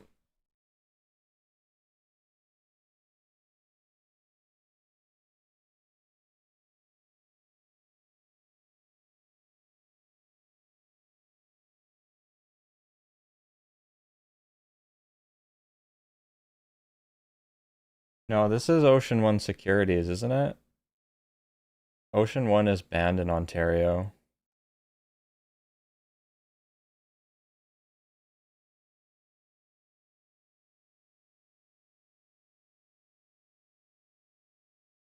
Yeah, it's banned. I can't use it. Like I can't even they don't even let me open up their website because they issued an investors regulation notice against it. So I can't even open up their website because it's just banned.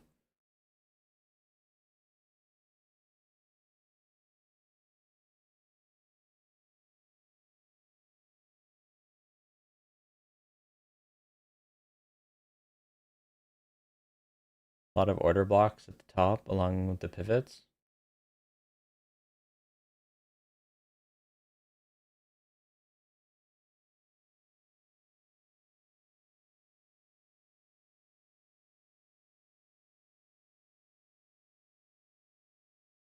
Hmm.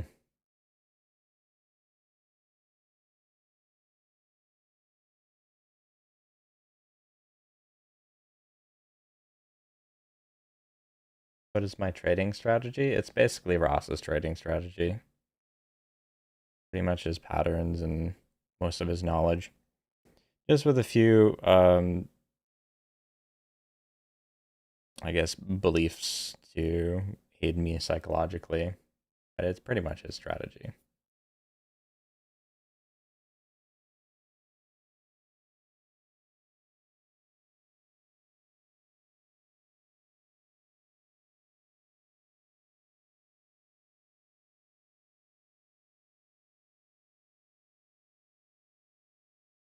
See this QNEME ticker on the TW Thinkorswim scanners?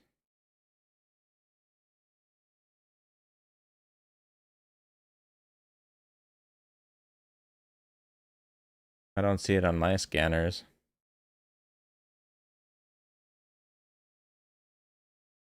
Oh no, I do see it. It's on continuation. I don't see a country, a sector, or an industry.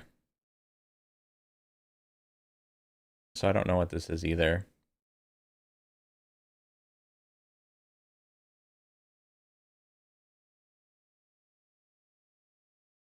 It's a penny stock anyway, so I'm just leaving it alone.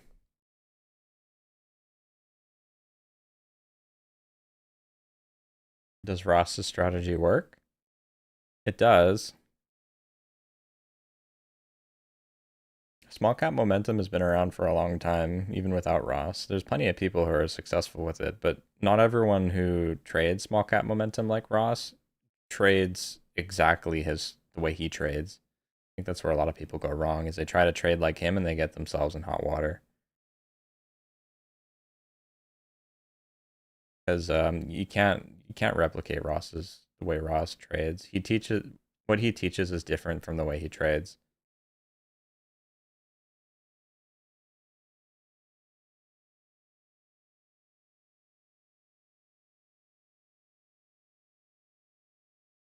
But take what he teaches, don't copy what he does. Is what I'll say. His education is good.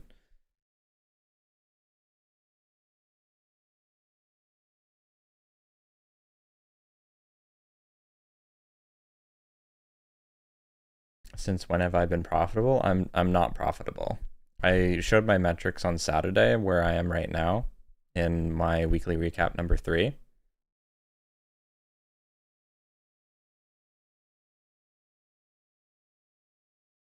In the past couple of months, I've been doing a lot better. So like I'm net green for the past 30 days now. And I've been doing generally better in the past couple of months, but I'm at best break even. At worst, I'm still losing on commissions because I'm trading with small share size.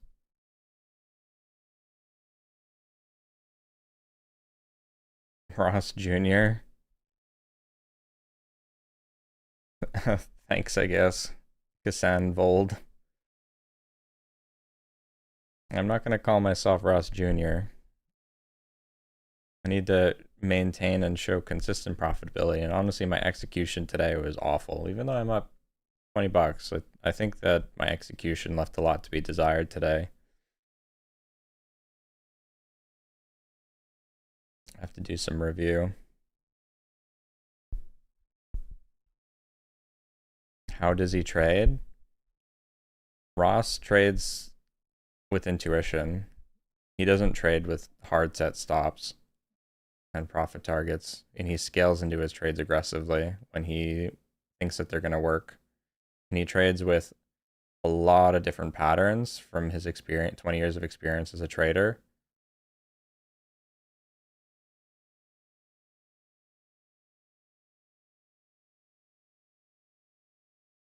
So people are really going to have difficulty replicating what he does because it's just 20 years of experience and intuition that people, the only way to get is to have experience in the market.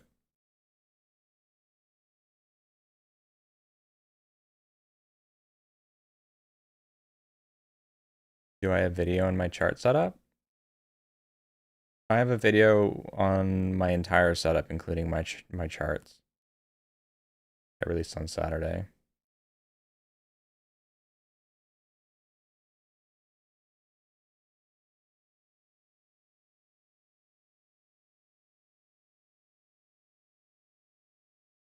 Morning, Apothecary.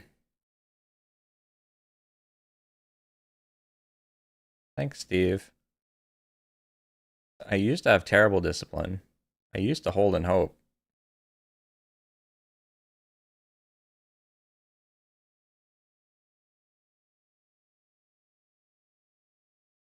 But eventually I got sick of blowing up accounts and I put my foot down on it. So this is continuing to grind higher, but I'm not interested in Newey on the backside of this move.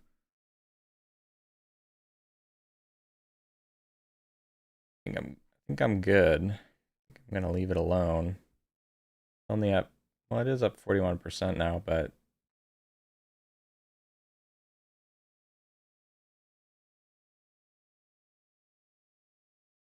what is this? KWN, 9 a.m. news. It's letter of intent news again, and it's very light volume still. Only up 6%.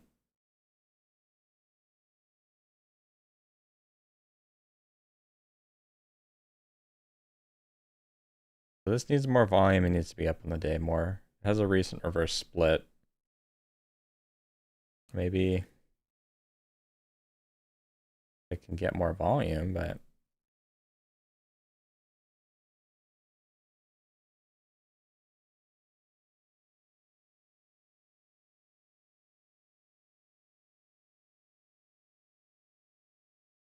yeah, great books, Martin. I read both of them, and I think it gave me the perspective that I needed to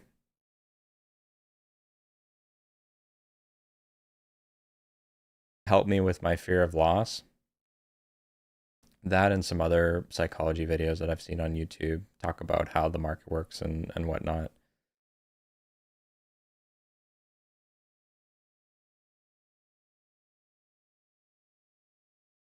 Do I use offset on the orders? Yeah, I use both setup orders.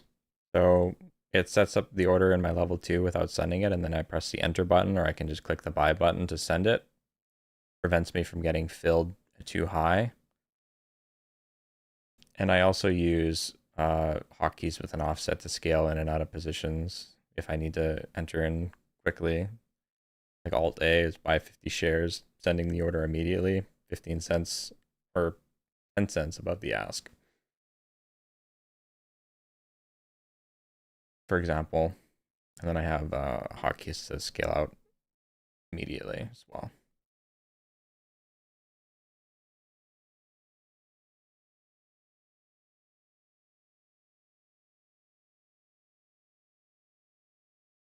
Thanks, Center Star. I hope so.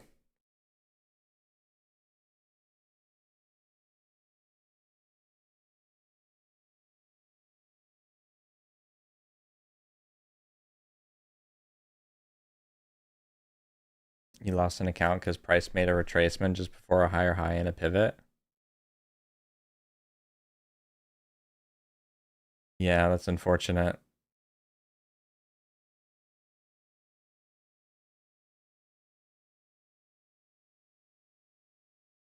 Sometimes you don't really know what price is going to do, though. Just because there's a certain pattern. If we're talking about gambling and probabilities, patterns are just behavioral signals that can indicate what a stock has done in the past, but that doesn't necessarily mean that the same thing is going to happen again in the future, because the market can do anything, right? That's one of the core ideals in trading in the zone, is that the market can really do anything.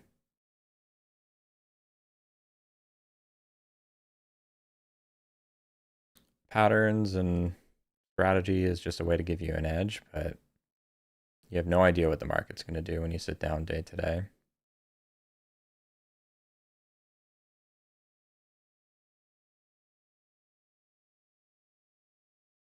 So it's better to cut your losses than get stuck in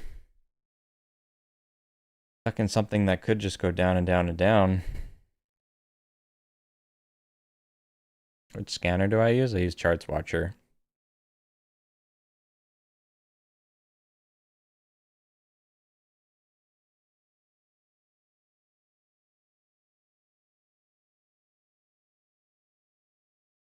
So this doesn't look like it's going anywhere. It kind of looks like it's just selling off now. AMIX has been selling off. This is not holding up for market open, unfortunately.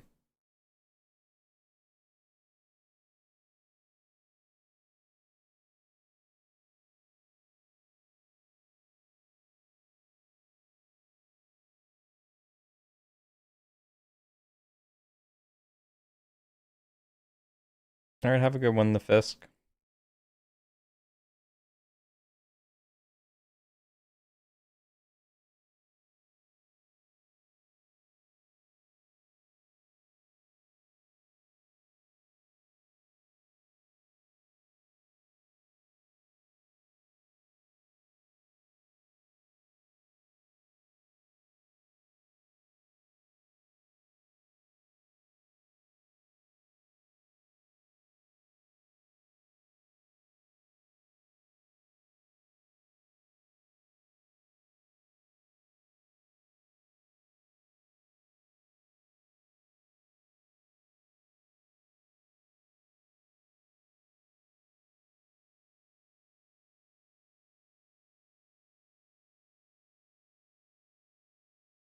Oh, I see.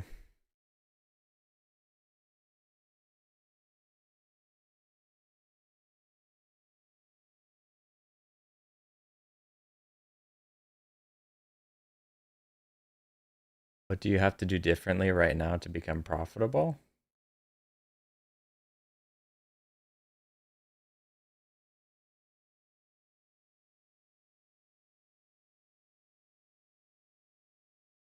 Do you mean in terms of psychology? Well, I mean that it's different for everyone what they're lacking, right? And I hesitate to give advice about like becoming profitable or whatever because I haven't proven consistent profitability yet. But one thing that I will say about what I believe right now to be true is that psychology, like you don't need to know what the market's going to do next to make money. That's one of the things that resonated with me in trading in the zone. The market can do anything, but as long as you have a strategy that you stick to, that you back tested or someone else has back tested and you believe has an edge, um, you just need to believe in it and execute it on it consistently. A lot of traders don't make money because they don't have a strategy, they don't execute on it consistently, and they strategy hop everywhere. They don't remain consistent with the strategy that they're trading, so they don't give themselves ample opportunity to fine tune it.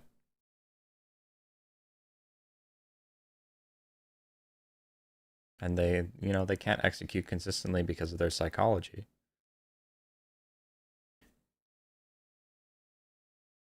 But it depends on where you're at in your stage of your journey and what exactly you need.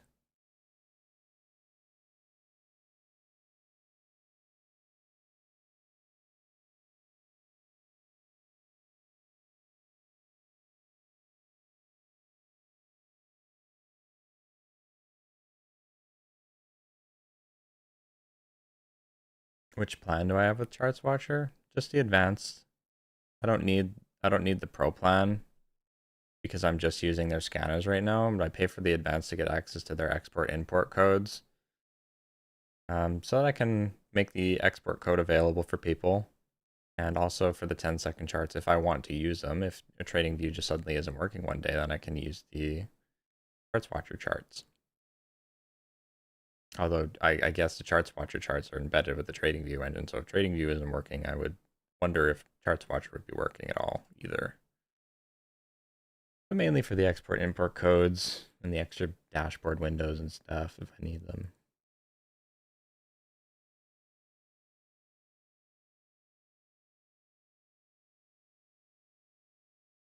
Do I think Amex is going to pop at the bell?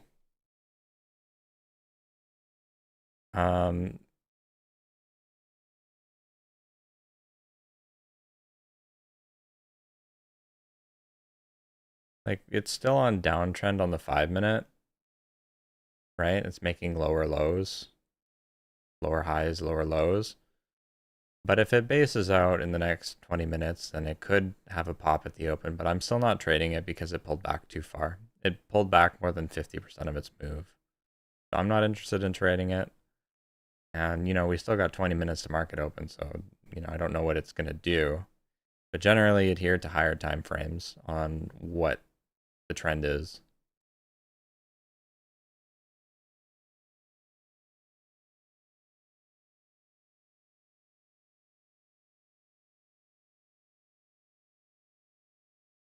I mean, like if I look at the 15-minute chart, what's the 15-minute chart doing?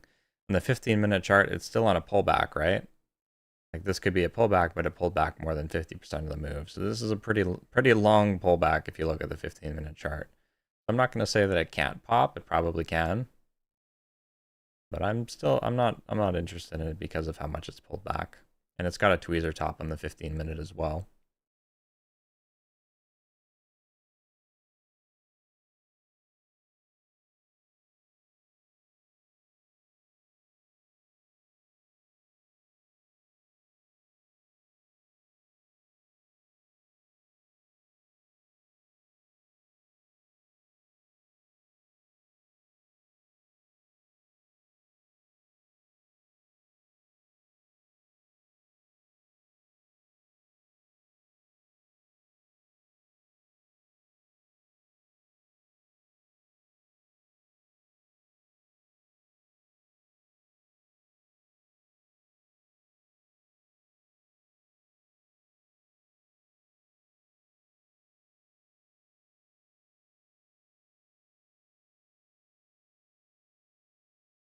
Yeah, there's not much else happening right now. Hmm.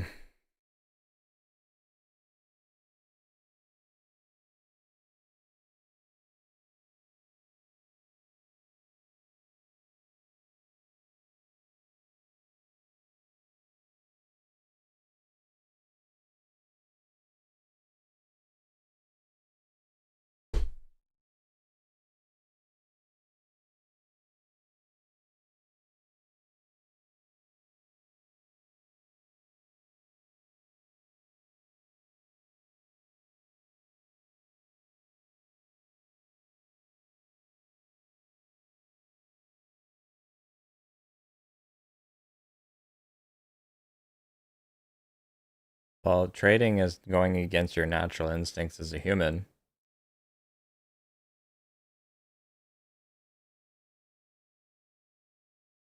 In terms of psychology.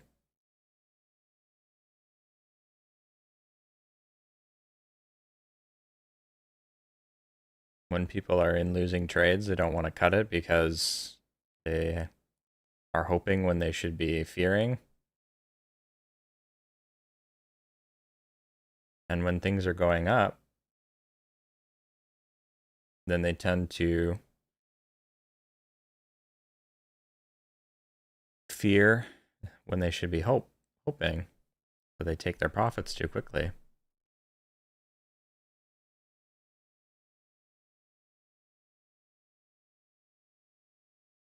I was watching Candyman the other day while I was working,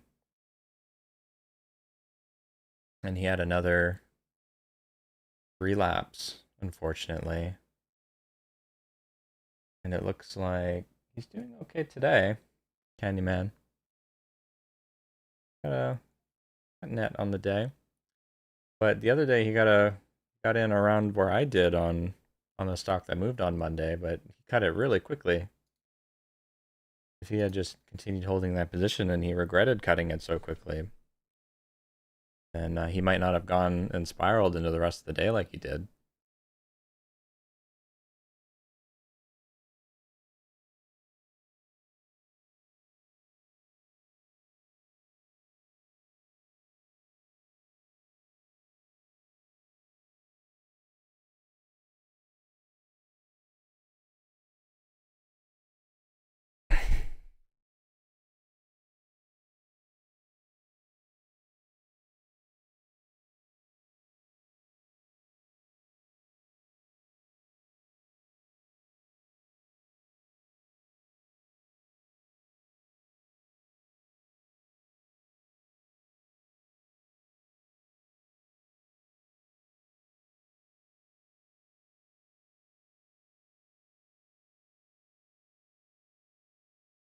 I don't do any swing trading, no. I only do day trading. I don't really have time for anything else. Why do I think Ross is so good at trading? Well, he's been doing it for 20 years. There's also there are a lot of the biggest and best traders, like Tom Homan, for example, and Mark Douglas. One thing that they all have in common is that they've gone through a period where they almost lost everything and they still pulled through, and that really changed their mentality.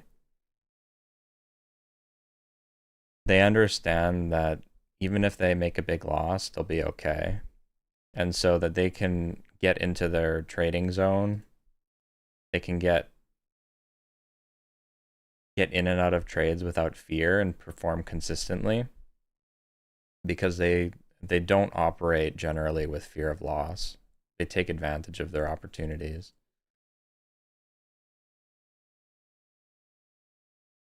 And because they have so much experience in the market, they've learned to capitalize on the opportunities as they're presented.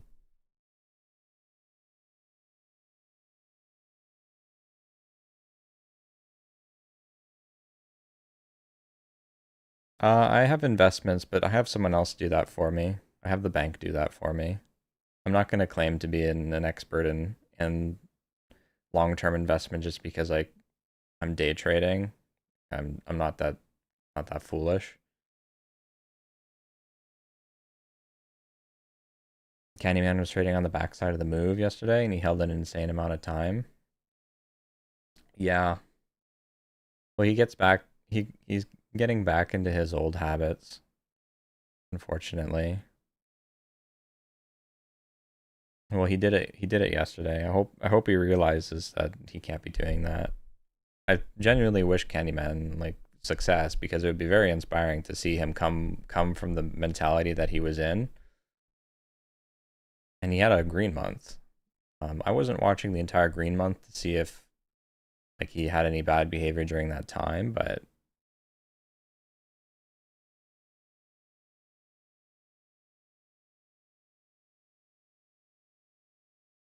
yeah, he's a super nice dude. He commented on one of my videos the other day.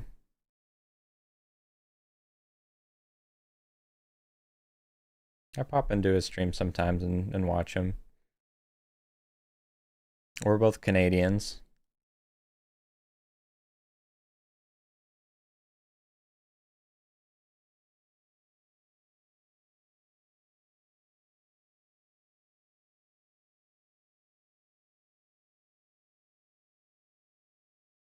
Save that number today after passing 29,337,25.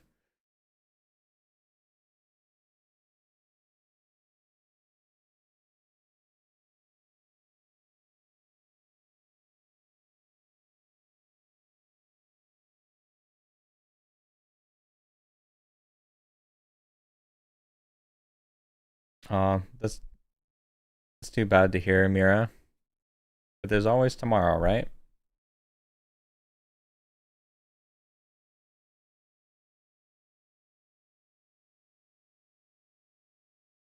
What time frame do I mainly look for when I start a position? Well, it depends on where the stock is. If it's a fresh breaking news stock, I mainly look at the 10-second chart because the 1 minute chart is not really finished forming, like it's just started. But I will pay attention to candle closes on the 1 minute chart still, because sometimes you have bursts of volume if it's consolidating right around a 1 minute candle close. When it's consolidating, then I'm looking at the 1 minute and the 5 minute for context. But sometimes I will still look at the 10-second for entries, like higher time frames for context, lower time frames for entries type of deal. There will be occasions where I use patterns on the 1 minute for my entries for first candle to make a new high. But more recently, it's been the 10-second more often.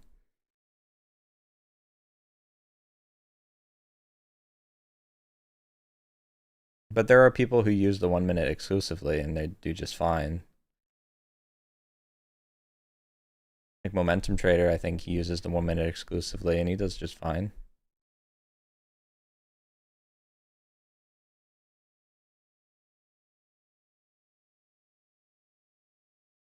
$22? Holy smoke, Center Star.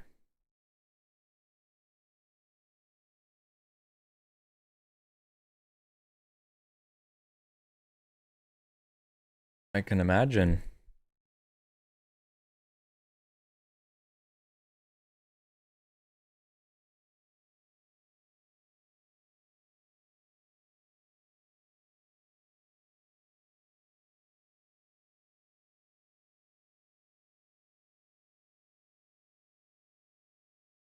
So Amex is starting to crawl back up a little bit here.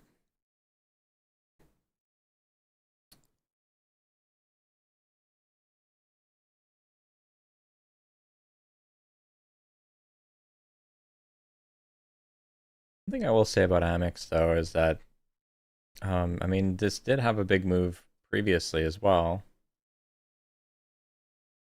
Like what day was this? This was the 29th of July?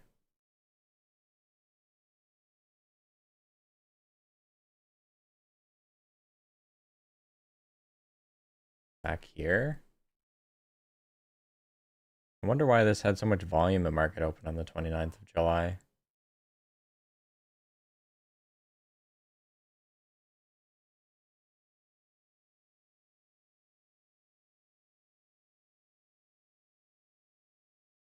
Because its news was on the 24th. Had some volume on the 28th, continuation to the 29th. Maybe it was just a bounce off the lows and ended up getting a lot of volume. I don't really know.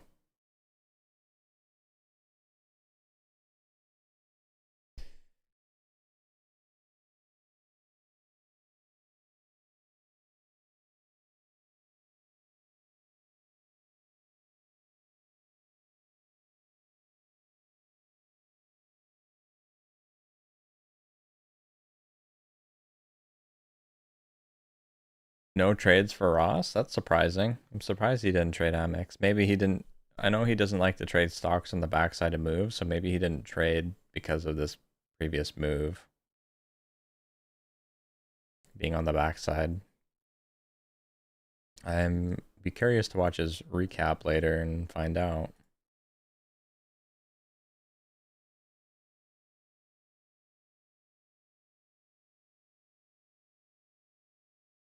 Yeah, I know Amex has news this morning.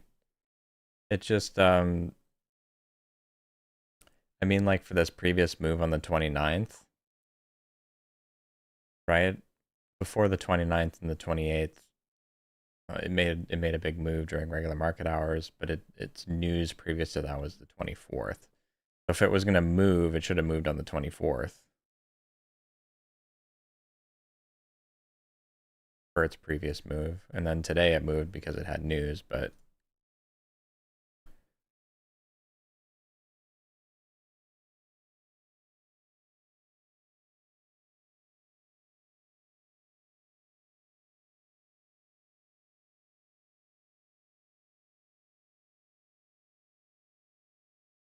yeah, I'm just wondering why this popped up with as much share volume as it did during regular market hours on the 29th. Like it had 4 million, 6 million shares of volume at the open.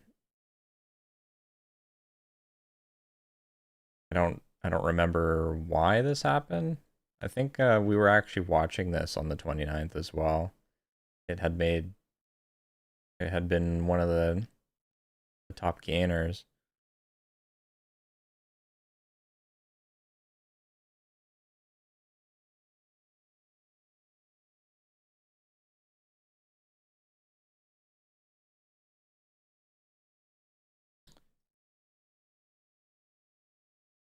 I don't know. I guess breakout sometimes can be a catalyst on its own.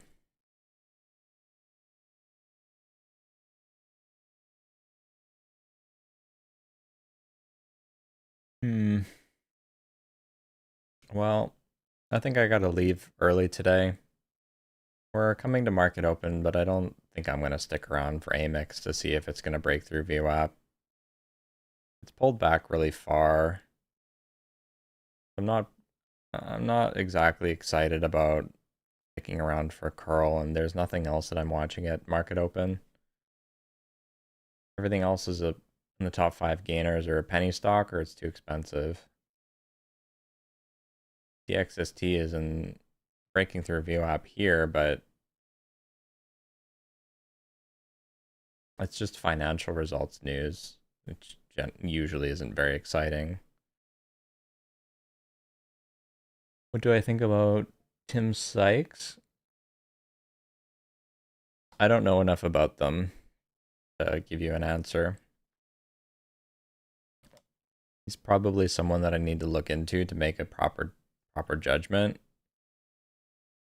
But I really don't know anything about him. I can't say.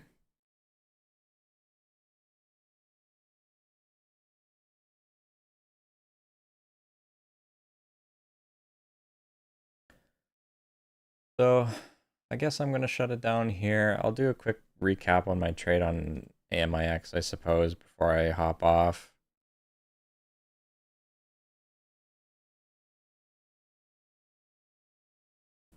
So AMIX popped up very quickly as it squeezed up through this previous high with news.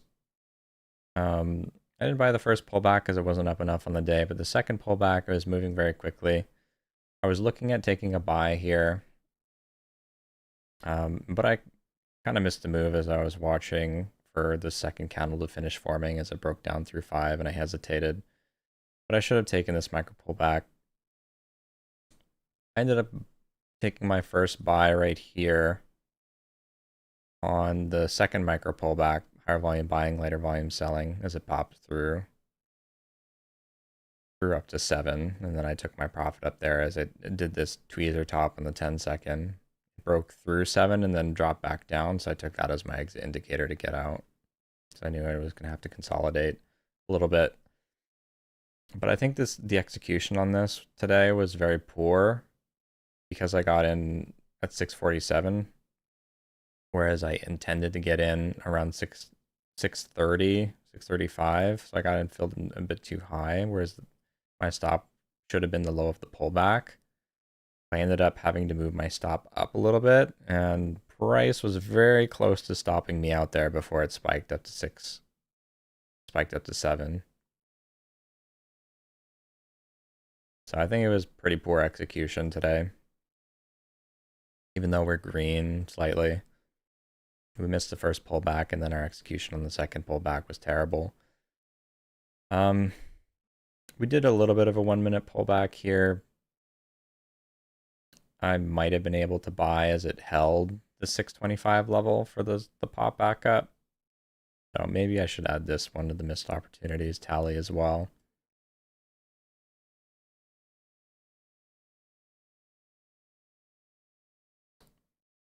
But there weren't any other opportunities on this other than that I could see.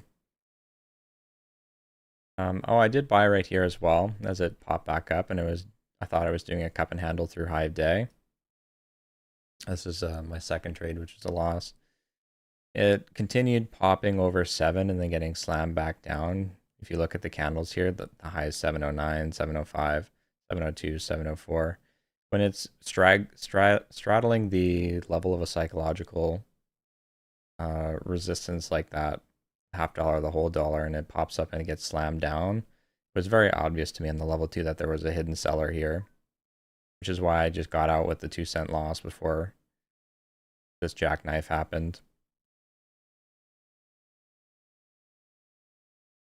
I think my execution on the second trade was fine. It just ended up being a loser. That's okay. It was still a signal for a buy. And I executed on it, which is fine. But today could have been a bigger green day. For sure. But at least it's not red.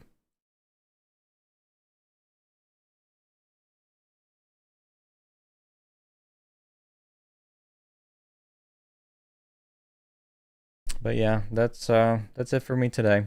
Take care, everyone. Have a good one, Momentum Trader, Center Star, Apothecary.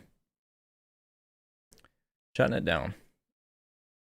We'll be back at it again tomorrow, 7 a.m., same time. But until then, take care, stay green. See you guys next time. Have a good one, Illyrius.